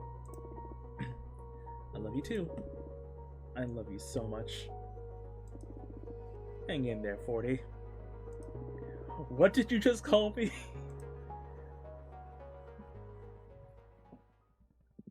Ooh, got a new thing over there. Ah, finally alone. Yeah, it's been too much having so many people here all of a sudden. Yes. Plus, I missed you. Our eldritch entity missed us. Good. They're learning to love us. You missed me. I never left. I miss talking to you, just the two of us. Aw, I miss you too. Come on, don't be so clingy. You're such a softie. I don't want to be toxic and hoard you all for myself or anything, but I was so jealous of all those witches visiting you while I had to remain hidden. Okay, what's going on? Why are you getting this cloying? The end is near. What end? You will soon hate me. Why? What are you going to do? Activate the fire seal. I'll have to absorb your immortality. You'll need to go back to the mortal world and we won't get to see each other again. True, I knew the moment to pay would come sooner or later. I intend to pay, I won't hate you. You're right, I will hate you. There's no way around this.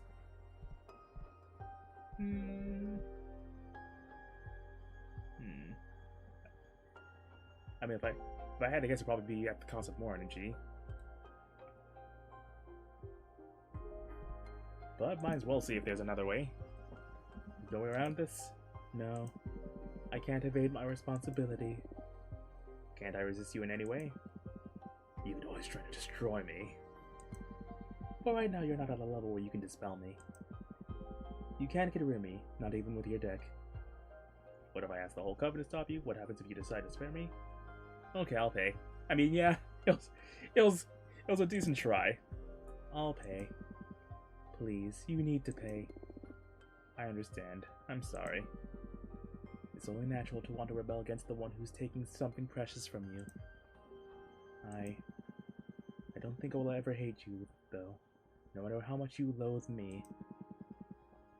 You really are special, Fortuna. I will treasure our time together, no matter what happens.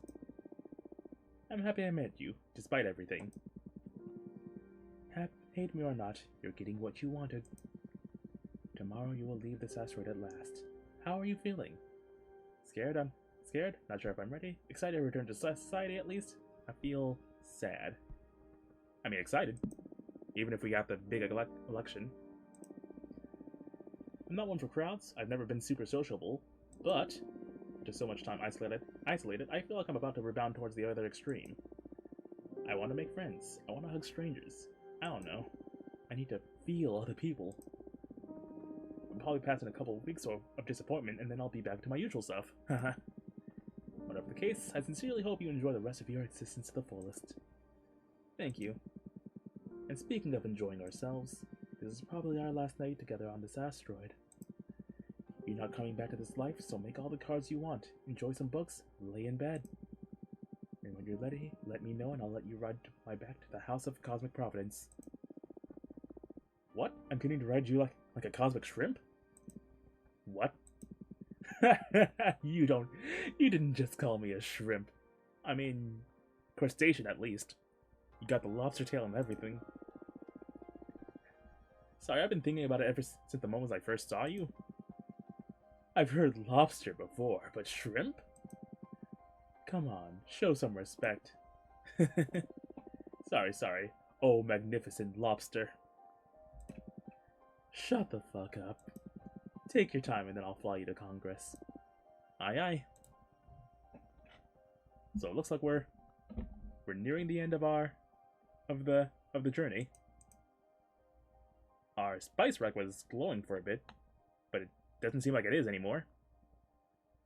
But with the election over and with assumedly our final chapter within grasp, I think that's a good place to end it. So, thank you all for coming by. Thank you Draken0688 for the follow and sharing your art with me. It's been a pleasure speaking with you. Hope you enjoy the next stream. as well as Blight Day Moon, Rin Mithria, and Ion Agenda for coming by as well. It's been an absolute delight, and as I always do, time to send you all off to raid into someone else. Let's see. Kind of a slow day on Twitch today. Ooh. But I can send you all off to Kaiju Fluffs, one of my favorite streamers. Nice little Scottish kaiju who is currently playing Planet Centauri. So be sure to send her some love. She's a wonderful streamer who's also very close to becoming a partner, so if y'all get to chatting, I'm sure she'll be on that road soon enough. What inspired me to play this particular game, it was in my backlog and it seemed really interesting. And I actually started this game back in October, where the theme was spooky and occult games, so considering this is a game all about witches and making a divination deck, it was right up my alley and I ended up enjoying it a lot, so I kept on with it. Simple as just enjoying the game, and it's been a real good time doing so. But let's get that stream started, or raid started. Be sure to stay safe out there now more than ever. Stay warm or stay cold, depending on your preference, but Kaiju Fluff is not accepting a raid at this time.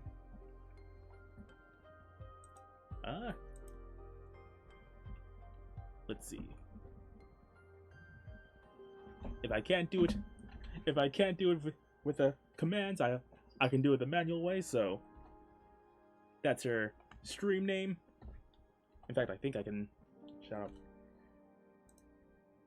out Kaiju Fluffs. There we go. There's a link to her stream. Y'all can click that if you want to see what she's up to. Until then, I hope to see you all later. Take care. Have a pleasant holiday season. And I hope to see y'all next time. Thank you so much again for coming by. See y'all later.